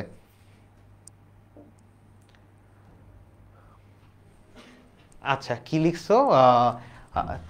তাহমিনা ইসলাম লিখেছে, এভাবে কেউ আমাকে বোঝালে অর্থনীতিতে A+ পেতাম। হ্যাঁ, তোমাদের যাতে অর্থনীতিতে তোমরা A+ নিশ্চিত করতে পারো, এই জন্যই কিন্তু আমি এসেছি ইনশাল্লাহ। তোমরা যদি এই কোর্সটা এনরোল করো, শেষ মুহূর্তের প্রস্তুতি কোর্স, এবং এইখানে যদি তুমি আমার ইনস্ট্রাকশন ফলো করো, তাহলে ইনশাল্লাহ তোমরা মাস্ট A+ পাবা। সো এই কোর্সটা সম্পর্কে তোমরা তোমাদের ফ্রেন্ডদেরকে জানিয়ে দিও। ওকে, তাহলে আচ্ছা আর একটা আছে, হ্যাঁ এখানে অনেকগুলো আছে, এর মধ্যে আমরা আর একটা জিনিস একটু দেখি, যে চাহিদা বৃদ্ধির ব্যতিক্রমের মধ্যে আর একটা হলো নিত্য প্রয়োজনীয় দ্রব্যের ক্ষেত্রে। আমরা নর্মালি কি জানি, চাহিদা বৃদ্ধিতে আমরা নর্মালি জানি চাহিদা রেখা এরকম নিম্নগামী হয়, ঠিক আছে, এই পাশে দাম, এই পাশে চাহিদা রেখা। কিন্তু নিত্য প্রয়োজনীয় দ্রব্যের চাহিদা রেখা আসলে এই যে লম্ব অক্ষের সমান্তরাল। হ্যাঁ, নিত্য প্রয়োজনীয় দ্রব্যের ক্ষেত্রে চাহিদা রেখা হয় লম্ব অক্ষের সমান্তরাল। কেন? ব্যাপারটা দেখো, একটা দ্রব্যের দাম 20 টাকা ছিল, তখন ধরো চাহিদার পরিমাণ সে ধরো এটা ডি না দিয়ে আমি 100 একক দিলাম, ঠিক আছে। দাম যখন 20 টাকা, চাহিদার পরিমাণ 100 একক, দাম বেড়ে 30 টাকা হয়ে গেল, তাও চাহিদার পরিমাণ 100 একক। কেন? এটা নিত্য প্রয়োজনীয় পণ্য বলতে আমাদের বোঝায় যে এইগুলা ধরো মানে আমরা তেল, তারপরে চিনি, এরপরে ধরো লবণ, এই জিনিসগুলো আমার নর্মালি নিত্য প্রয়োজনীয় দ্রব্য। এইগুলা কি হয়, এগুলা দাম কমা বাড়ার সাথে কি আমার ভোগের সম্পর্ক আছে? ধরো আমার সংসারে প্রতিদিন 100 গ্রাম করে লবণ লাগে, এখন দাম যদি হঠাৎ করে কমে যায়, আমি কি 100 গ্রামের জায়গায় 1 কেজি লবণ খাওয়া শুরু করব দিনে? এটা তো সম্ভব না। আবার লবণের দাম ধর হঠাৎ করে বেড়ে গেল, আমি লবণ কি কম খাওয়া শুরু করব? খেতে পারবো তরকারি বা অন্যান্য জিনিস? পারবো না। সো নিত্য প্রয়োজনীয় দ্রব্য এমন সব জিনিস যেইটা আমার খেতেই হয় প্রত্যেক দিন, এইটা দাম কমা বাড়ার সাথে কোনো সম্পর্ক নাই। সো এই কারণে দেখো, দাম 20 টাকা ছিল, আমি লবণের চাহিদার পরিমাণ আমার সংসারে প্রত্যেক দিন 100 গ্রাম, দাম বেড়ে 30 টাকা হলো, তাও দেখো ওইটা 100 গ্রামই আছে। তো এই কারণে নিত্য প্রয়োজনীয় দ্রব্যের চাহিদা রেখা হয় নর্মালি লম্ব অক্ষের সমান্তরাল, কিন্তু আমার সাধারণ মানে চাহিদা বিধি অনুযায়ী চাহিদা রেখাটা কেমন হওয়ার কথা ছিল? নিম্নগামী। সুতরাং এইটা আমার একটা চাহিদা বিধির ব্যতিক্রম, ঠিক আছে।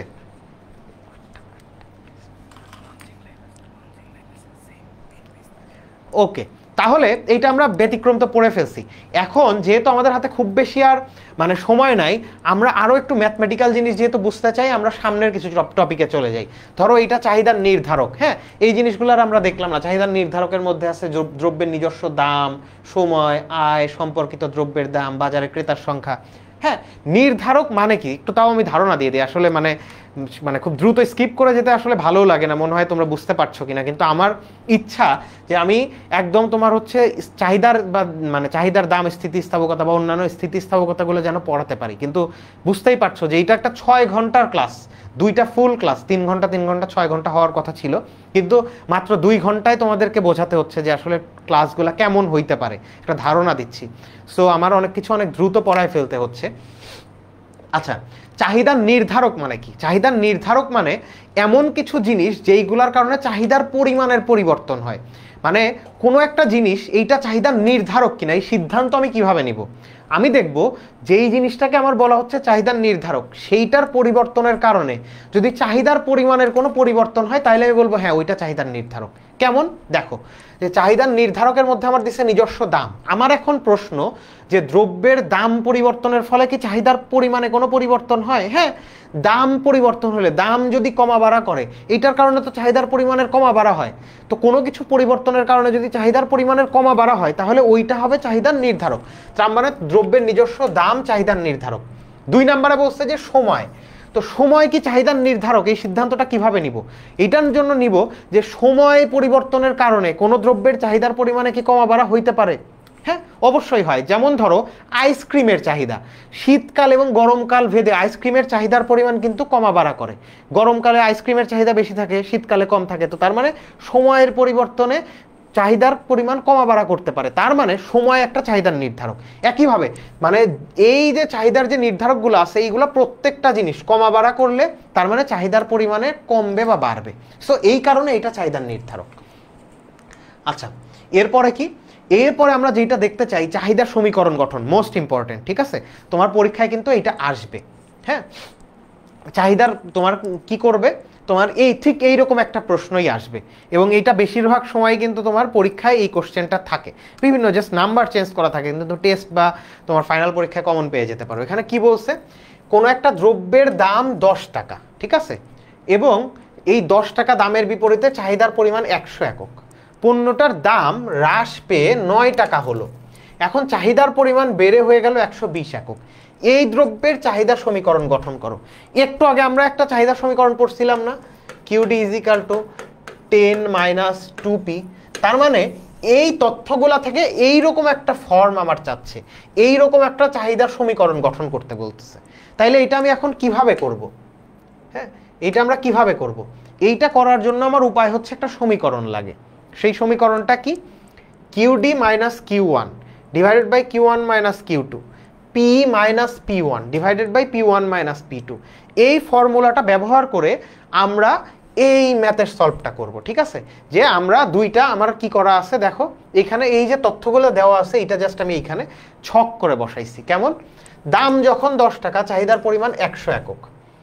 দাম কমে 9 টাকা হয়ে গেল, চাহিদার পরিমাণ হলো 120 একক। এই যে 10-এর বিপরীতে 100, দাম যখন 9 টাকা, চাহিদার পরিমাণ 120 একক হয়ে গেল। এখন এইটাকেই জাস্ট আমি এই ফর্মুলায় ফেললেই আমি একটা চাহিদার সমীকরণ পেয়ে যাব। এখন ফর্মুলাটা কি? QD minus Q one. এই কিউডি কিন্তু ফর্মুলার কিউডি, এটা থেকে যাবে। দেখো এই যে কিউডি ইজ ইকাল টু আমি কি লিখছিলাম, সে 20 মাইনাস 2পি।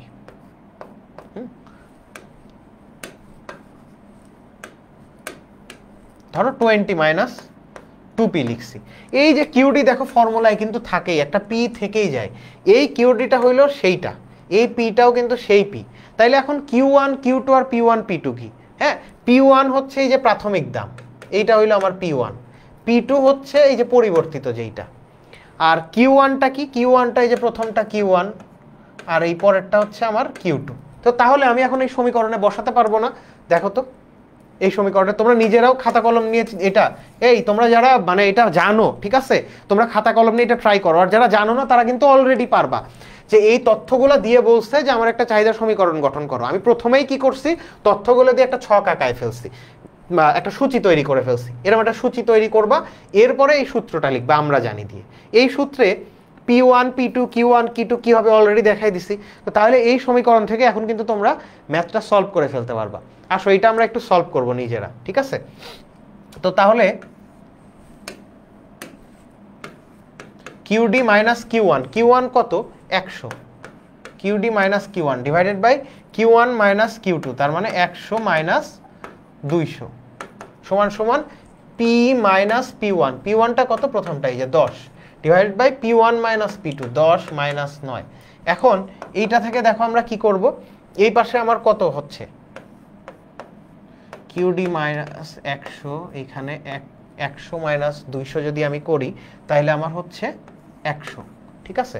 আর এই পাশে পি মাইনাস 10, আর এই পাশে 9 থেকে 1 বাদ দিলে 9 বাদ দিলে 1। সো আমি এই পাশে দেখো আমি এখন ক্রস গুণন করব, ঠিক আছে। এই যে এইরকম ক্রসে আর এইরকম ক্রসে গুণ করব। তো গুণ যদি আমি করি তাহলে এই পাশে আমি কি পাচ্ছি, কিউডি মাইনাস 100 ক্রস গুণন করলাম সমান সমান 100 দিয়ে এখন এই দুইটা টার্মকে গুণ করে দিব, তাইলে 100 পি মাইনাস 100 গুণন 10, সো এইখানে কত হবে 1000, ঠিক আছে। এখন আমার আদর্শ যেই ফরম্যাট ছিল সেখানে কি ছিল, কিউডি বামে থাকতো বাকি সব ডানে। তো তাহলে আমি এই 100টাকে ওই পাশে দিয়ে দিব, 100টাকে যদি ওই পাশে দিয়ে দেই,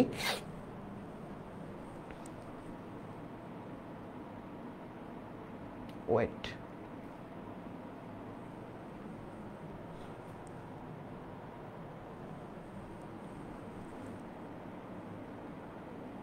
আচ্ছা এইখানে দেখো একটা আমাদের কিন্তু মিস্টেক হয়েছে, এই যে এইখানে কিন্তু 100 মাইনাস 200, সো মাইনাস 100 হবে, ঠিক আছে, এটা মাইনাস 100 হবে। তো তাহলে আমি যদি ক্রস গুণন করি এইটার আগে আসবে মাইনাস 100, আর মাইনাস 100 আর মাইনাস 10 গুণ করলে কিন্তু এই যে প্লাস 1000 হয়ে যাবে। তো এখন ঠিক আছে, তো দেখো তাহলে এখন কি হবে, 100টাকে যদি ওই পাশে নিয়ে যাও মাইনাস 100 কিন্তু ওই পাশে প্লাস 100 হয়ে যাবে।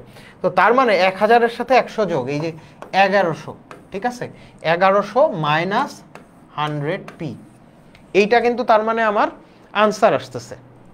সো তোমরা এটা করছো একটু বলো তো, তোমরা একটু নিজেরা করো, নিজেরা করে একটু বলো তো।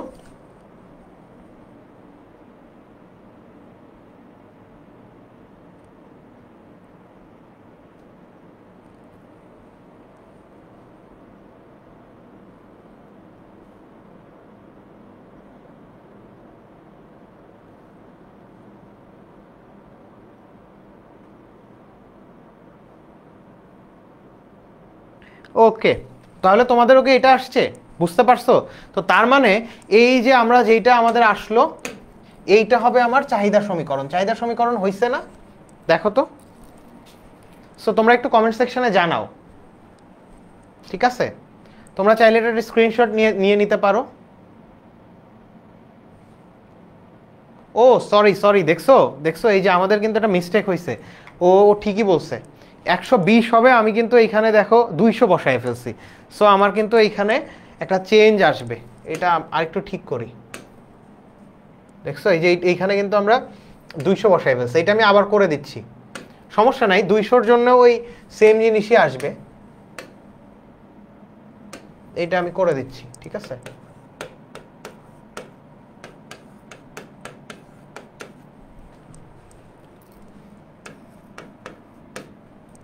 Q1 তাহলে 100 minus Q2 120, so P minus P1 divided by P1 minus P2।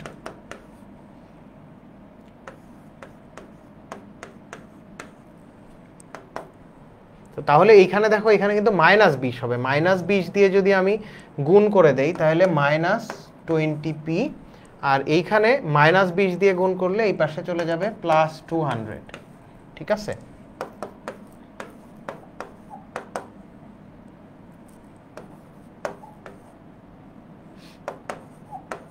আচ্ছা এইটা হবে আসলে অ্যাকচুয়াল উত্তর।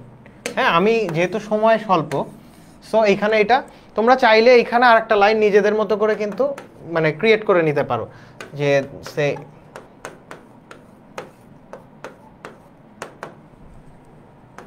এটা আমি স্কিপ করে গিয়েছিলাম, তোমরা যদি নিজেদের মতো বুঝতে পারো তাহলে আর সমস্যা নাই, মানে জাস্ট এইখানে আর একটা লাইন, এটা দিলেও চলে না দিলেও চলে। এখন বুঝতে পারছো কিনা? হ্যাঁ আমি ওইটা 200 বসায় ফেলছিলাম, ঠিক আছে। তোমরা এখন এটা ক্লিয়ার কিনা? হ্যাঁ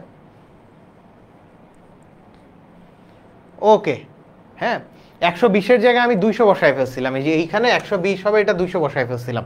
সো এইটা আমরা সবাই বুঝছি কিনা আমাকে একটু জানাও, এটা ক্লিয়ার কিনা।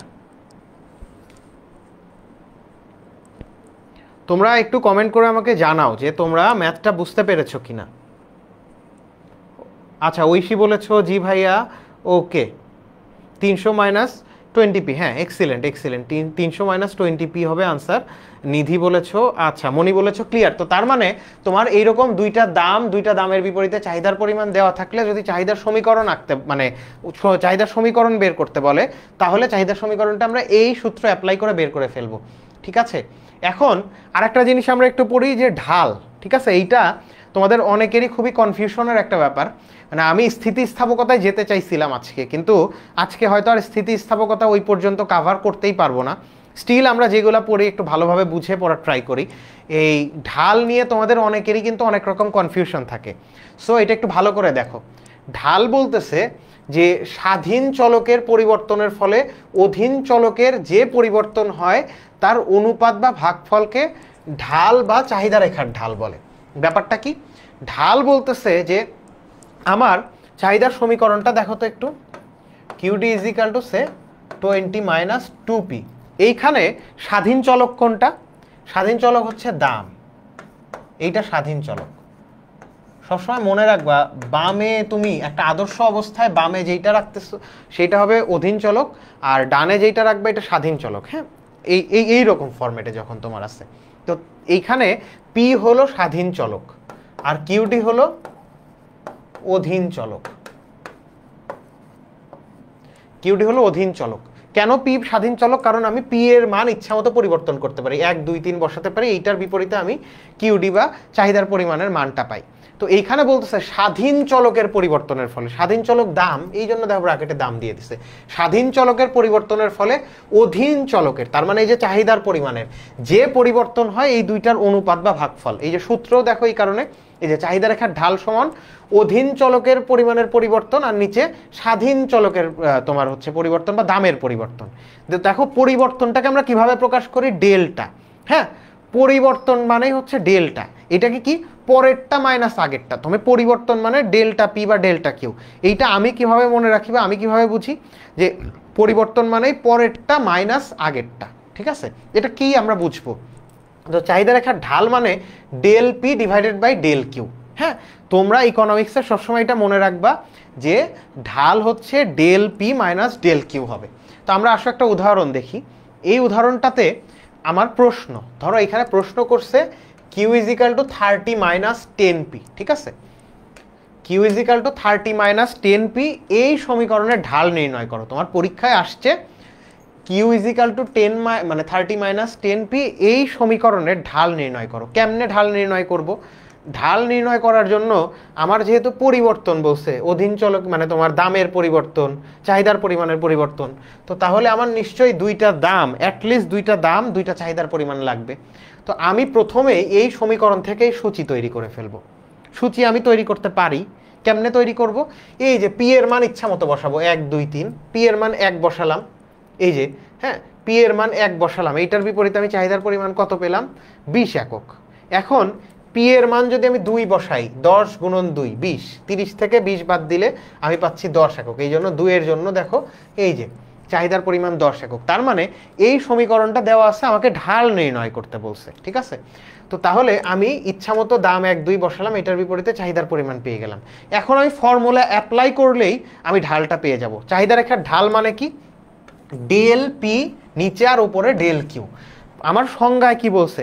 স্বাধীন চলক বা দাম পরিবর্তনের ফলে, মানে যেইটা প্রথমে পরিবর্তন হবে। মনে রাখবা সূত্রে, হ্যাঁ, সংজ্ঞায় যেইটা প্রথমে পরিবর্তনের কথা বলতেছে সেইটা সবসময় নিচে আসবে, সেইটা সবসময় হর হিসাবে পাবো। তো আমার দেখো এখানে কি বলছে? প্রথমেই বলছে স্বাধীন চলক বা দাম পরিবর্তনের ফলে, যেইটা প্রথমে পরিবর্তন হচ্ছে মনে রাখবা সেইটা সবসময় নিচে আসে। দেখো এই যে দাম সবসময় নিচে, তো তাহলে দামটা হবে নিচে, ডেল পি নিচে। যেহেতু দাম প্রথমে পরিবর্তন হয়, সেইটার রেসপন্স হিসেবে চাহিদার পরিমাণের পরিবর্তন হয়। এই জন্য নিচে ডেল পি আর উপরে যাবে ডেল কিউ। তো ডেল পি ডেল কিউ মানে হচ্ছে পরেরটা মাইনাস আগেরটা। তো এই কারণে দেখো এই যে P2 minus P1, Q2 minus Q1, এইটাই বলতেছিলাম যে পরেরটা মাইনাস আগেরটা। তো তাহলে আমার P2 কত? 1, এই জন্য 1 মাইনাস 2, আর ওপরে কি? ওপরে Q2 মাইনাস Q1, Q2 মানে যে লিখেই দিছি 20, তাহলে 20 মাইনাস 10। তো দেখো এই যে রেজাল্ট কত আসছে? -10। তো তার মানে এই রেখার, হ্যাঁ, এই যে তোমার একটা সমীকরণ দিয়ে বলছে এই সমীকরণের ঢাল নির্ণয় করো, এই রকম সমীকরণ দিয়ে ঢাল নির্ণয় করতে বললে তুমি এই সূত্র অ্যাপ্লাই করে করতে পারবা। ক্লিয়ার? আচ্ছা এখন, আচ্ছা এইটা ক্লিয়ার কিনা যে একটা সমীকরণ দেওয়া আছে, সেই সমীকরণের ঢাল নির্ণয় করতে বললে তুমি এই গ্রাফের দিকে তাকায়ও না, তোমাকে একটা সমীকরণ দিয়ে বলছে এই সমীকরণের ঢাল নির্ণয় করো, তুমি দেখেই বুঝতেছো এইটা একটা চাহিদা সমীকরণ। এইখান থেকে তাহলে তুমি প্রথমে সূচি তৈরি করবা, এরপর ঢালের সূত্র অ্যাপ্লাই করলেই হয়ে যাচ্ছে। সো এইটা এই পর্যন্ত বুঝছো কিনা আমাকে একটু ক্লিয়ার বলো তো।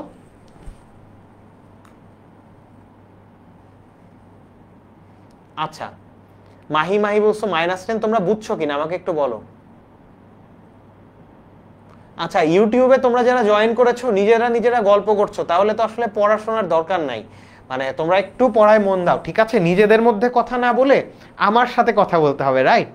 সো আচ্ছা জিনিয়া হনা বলছো যে জি ভাইয়া ক্লিয়ার। আচ্ছা এখন ধরো পরীক্ষায় এই সমীকরণ দেয় নাই, মনে করো সমীকরণ নাই, এই সমীকরণ নাই, এইরকম একটা চিত্র দিয়ে দিছে, এই চিত্র দিয়ে বললো যে এই চিত্রের এই যে চাহিদা রেখা এটার ঢাল নির্ণয় করো। তাহলে কেমনে করব? একই প্রসেস, খুবই সহজ। এইখানে ধরো এরকম চিত্র দিছে, এই চিত্রটা দিয়ে বললে এই চিত্রের ঢাল নির্ণয় করো। কিভাবে করব? এই চিত্রে দেখো এই যে দাম কত 1, এই দাম 1 টাকার বিপরীতে চাহিদার পরিমাণ কত 20। তো তাহলে এইখান থেকে আমি এই সূচিটা লিখে ফেলবো, এই যে 1 টাকা দামের বিপরীতে চাহিদার পরিমাণ 20। দাম যখন 2 টাকা তখন চাহিদার পরিমাণ কত 10 একক। তো তাহলে 2 এর বিপরীতে চাহিদার পরিমাণ 10 একক, সেটা লিখে ফেলবো। তার মানে এই গ্রাফ থেকে আমি এরকম একটা সূচিতে আসতে পারবো, যেই সূচি হয়েছে অমনে আমি এই তোমার সূত্রে ফেলে দিলাম, ঢাল পেয়ে যাচ্ছি -10। তো তার মানে এইরকম একটা যদি গ্রাফ বা রেখা দেওয়া থাকে সেইটার ঢালও আমি নির্ণয় করতে পারবো। কিভাবে? এই সূচি থেকে, মানে এই তোমার রেখা থেকে আমি প্রথমে একটা সূচি তৈরি করব, চাহিদার সূচি, এবং সেইখান থেকে আমি ফর্মুলা অ্যাপ্লাই করব, ফর্মুলা অ্যাপ্লাই করলে আমার বের হয়ে যাবে।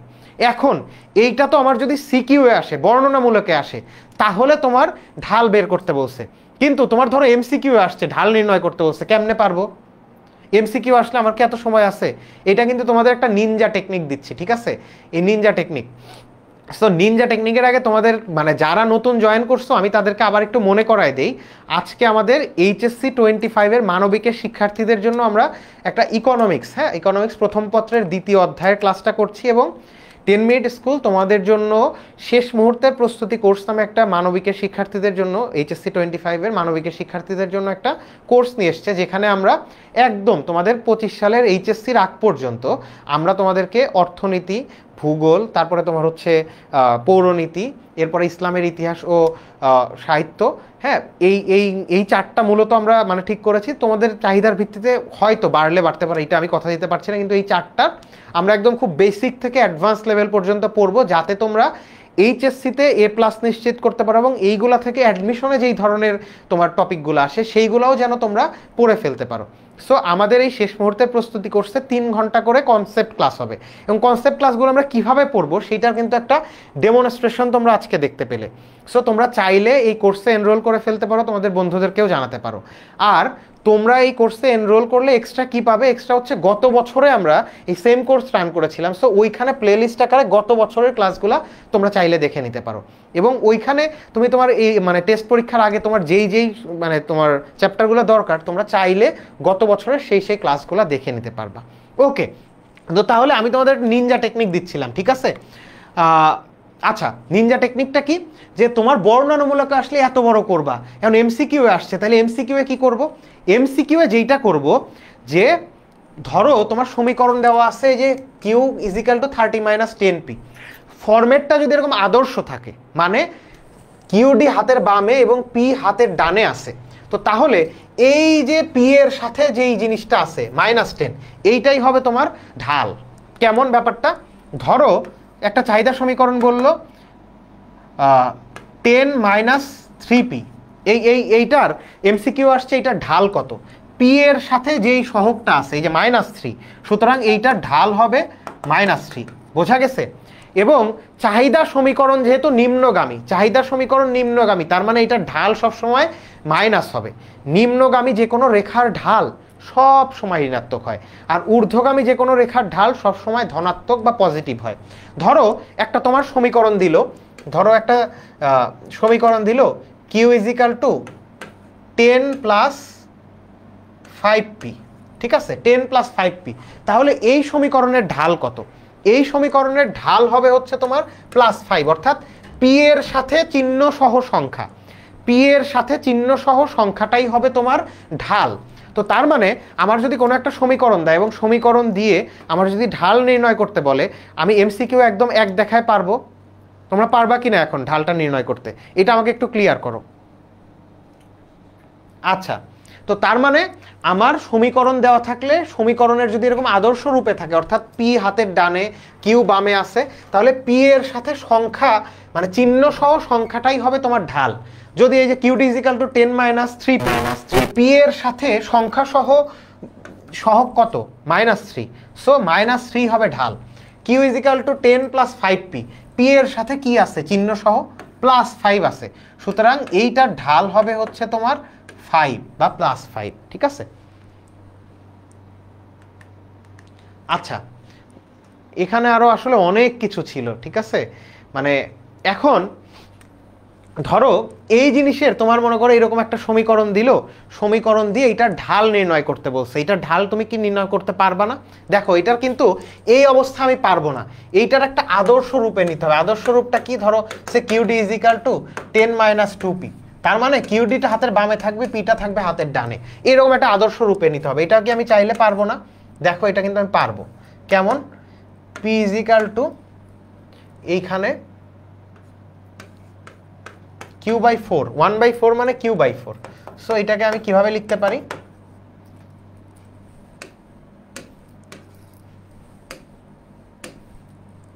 আমি এটা লসাগু করব, জাস্ট লসাগু করলে কত হচ্ছে? 80 মাইনাস কিউ। সো আমি যদি এখন এখানে ক্রস গুণন করে ফেলি, ক্রস গুণন করলে এইখানে 80 মাইনাস কিউ সমান সমান 4p। এখন আমি যদি কিউডিটাকে ডানে নিয়ে যাই, এই যে 80 মাইনাস 4p আর কিউকে ডানে নিয়ে গেলাম, এখন এইটাকে আমি স্বাভাবিক মানে আগে যেভাবে লিখতাম ওইভাবে যদি লিখি, কিউডি ইজিক্যাল টু, দেখো তাহলে আমরা কিন্তু এটার ঢাল যে তোমার হচ্ছে -4, এটা কিন্তু আমি বলে দিতে পারবো, কারণ কি আদর্শ রূপ QD is equal to 8 minus 4p, P এর সাথে যেই সংখ্যাটা আছে চিহ্ন সহ সেইটাই হবে ঢাল। এইটা হলো একটা শর্টকাট পদ্ধতি, কিন্তু এইটা যদি তোমার সিকিউতে আসে, সিকিউতে পুরো একটা 3 মার্কের কোশ্চেন আসে, তাহলে তোমাকে কি করা লাগবে জানো? এই যে সমীকরণটা তুমি নির্ণয় করলা, এই সমীকরণ নির্ণয় করার পরে কিন্তু তুমি -4 বলে দিতে পারবা না। মানে ধরো তোমার পরীক্ষায় আসছে এই সমীকরণটা দিয়ে বললো যে এই সমীকরণের ঢাল নির্ণয় করো, তাহলে তোমাকে প্রথমেই আদর্শ রূপে আসতে হবে। আদর্শ রূপে আসার পর কি করা লাগবে? এইখান থেকে এইরকম, এই যে এই সমীকরণ থেকে এরকম একটা ছক তৈরি করছিলাম, এরকম একটা সূচি তৈরি করা লাগবে, তারপর এই সমীকরণে অ্যাপ্লাই করলেই তুমি উত্তর পেয়ে যাবে। কিন্তু তুমি যেহেতু এখন একটা নিনজা টেকনিক জানো, সো তুমি উত্তর বের করার আগেই, মানে উত্তর বের করার আগেই, সূত্র দিয়ে উত্তর বের করার আগেই তুমি বুঝে যাচ্ছ যে এটার ঢাল -4 আসবে, যেটা তুমি তোমার এমসিকিউতে কাজে লাগাতে পারবা। সো দেখো তোমাদের জন্য আজকে কি পরিমাণ নিয়ে আসছিলাম স্লাইড। দেখো এখানে তোমাদের 58টা স্লাইড আছে, যেটা তোমার পুরো একটা ক্লাস, যেখানে এই যে দেখো তোমার বিভিন্ন আয়, স্থিতি, স্থাবকতা, এরকম মানে নানান রকম জিনিস কিন্তু ছিল, কিন্তু তোমাদেরকে এইগুলো দেখাতে পারলাম না। এই ক্লাসগুলো ইনশাল্লাহ আমরা আমাদের যেই পেইড ব্যাচটা আমরা রান করছি শেষ মুহূর্তের প্রস্তুতি কোর্স নামে, সেইখানে আমরা খুব ইন ডিটেলস এই জিনিসগুলো পড়ব। তো মানে আজকে যেহেতু আর আমাদের খুব বেশি সময় নাই, আমি আবার তোমাদের মনে করিয়ে দিতে চাই যে আজকে আমরা শেষ মুহূর্তের প্রস্তুতি কোর্স নামে আমাদের মানবিকের শিক্ষার্থীদের জন্য একটা কোর্স লঞ্চ করেছি। সেইখানে আমরা কেমনভাবে পড়াশোনা করব, কনসেপ্ট ক্লাসগুলো আমরা বুঝতে পারবো কিনা, সেটার একটা ডেমনস্ট্রেশন ক্লাস তোমাদের জন্য ছিল।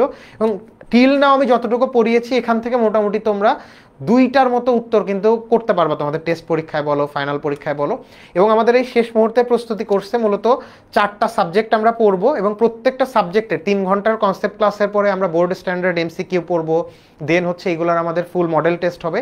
এবং যারা এই কোর্সে এনরোল করবা গত বছরের পুরো ক্লাসটা প্লেলিস্ট হিসেবে পাবা, চাইলে তোমরা তোমাদের ফাইনাল পরীক্ষা মানে তোমাদের যে টেস্ট পরীক্ষা আছে সেইটার জন্য স্পেসিফিক চ্যাপ্টারগুলো প্রিভিয়াস ইয়ারের থেকে তোমরা দেখে নিতে পারবা। সুতরাং তোমাদের আমন্ত্রণ থাকলো তোমরা এই কোর্সটাতে এনরোল করো, এবং হোপফুলি এই কোর্সটাতে যদি তোমরা এনরোল করো তোমাদের প্রস্তুতি খুবই ভালো হবে, এবং ইনশাল্লাহ আমি কথা দিতে পারি ইকোনমিক্সের জন্য যে তোমরা ইনশাল্লাহ A+ পাবা। তো আজকের মতো এই পর্যন্তই। তোমাদের ক্লাসটা কেমন লেগেছে তোমরা একটু কমেন্ট সেকশনে জানিয়ে দিতে পারো, এবং নেক্সট ইনশাল্লাহ তোমাদের সাথে ক্লাসে দেখা হচ্ছে। ঠিক আছে, সবাইকে ধন্যবাদ।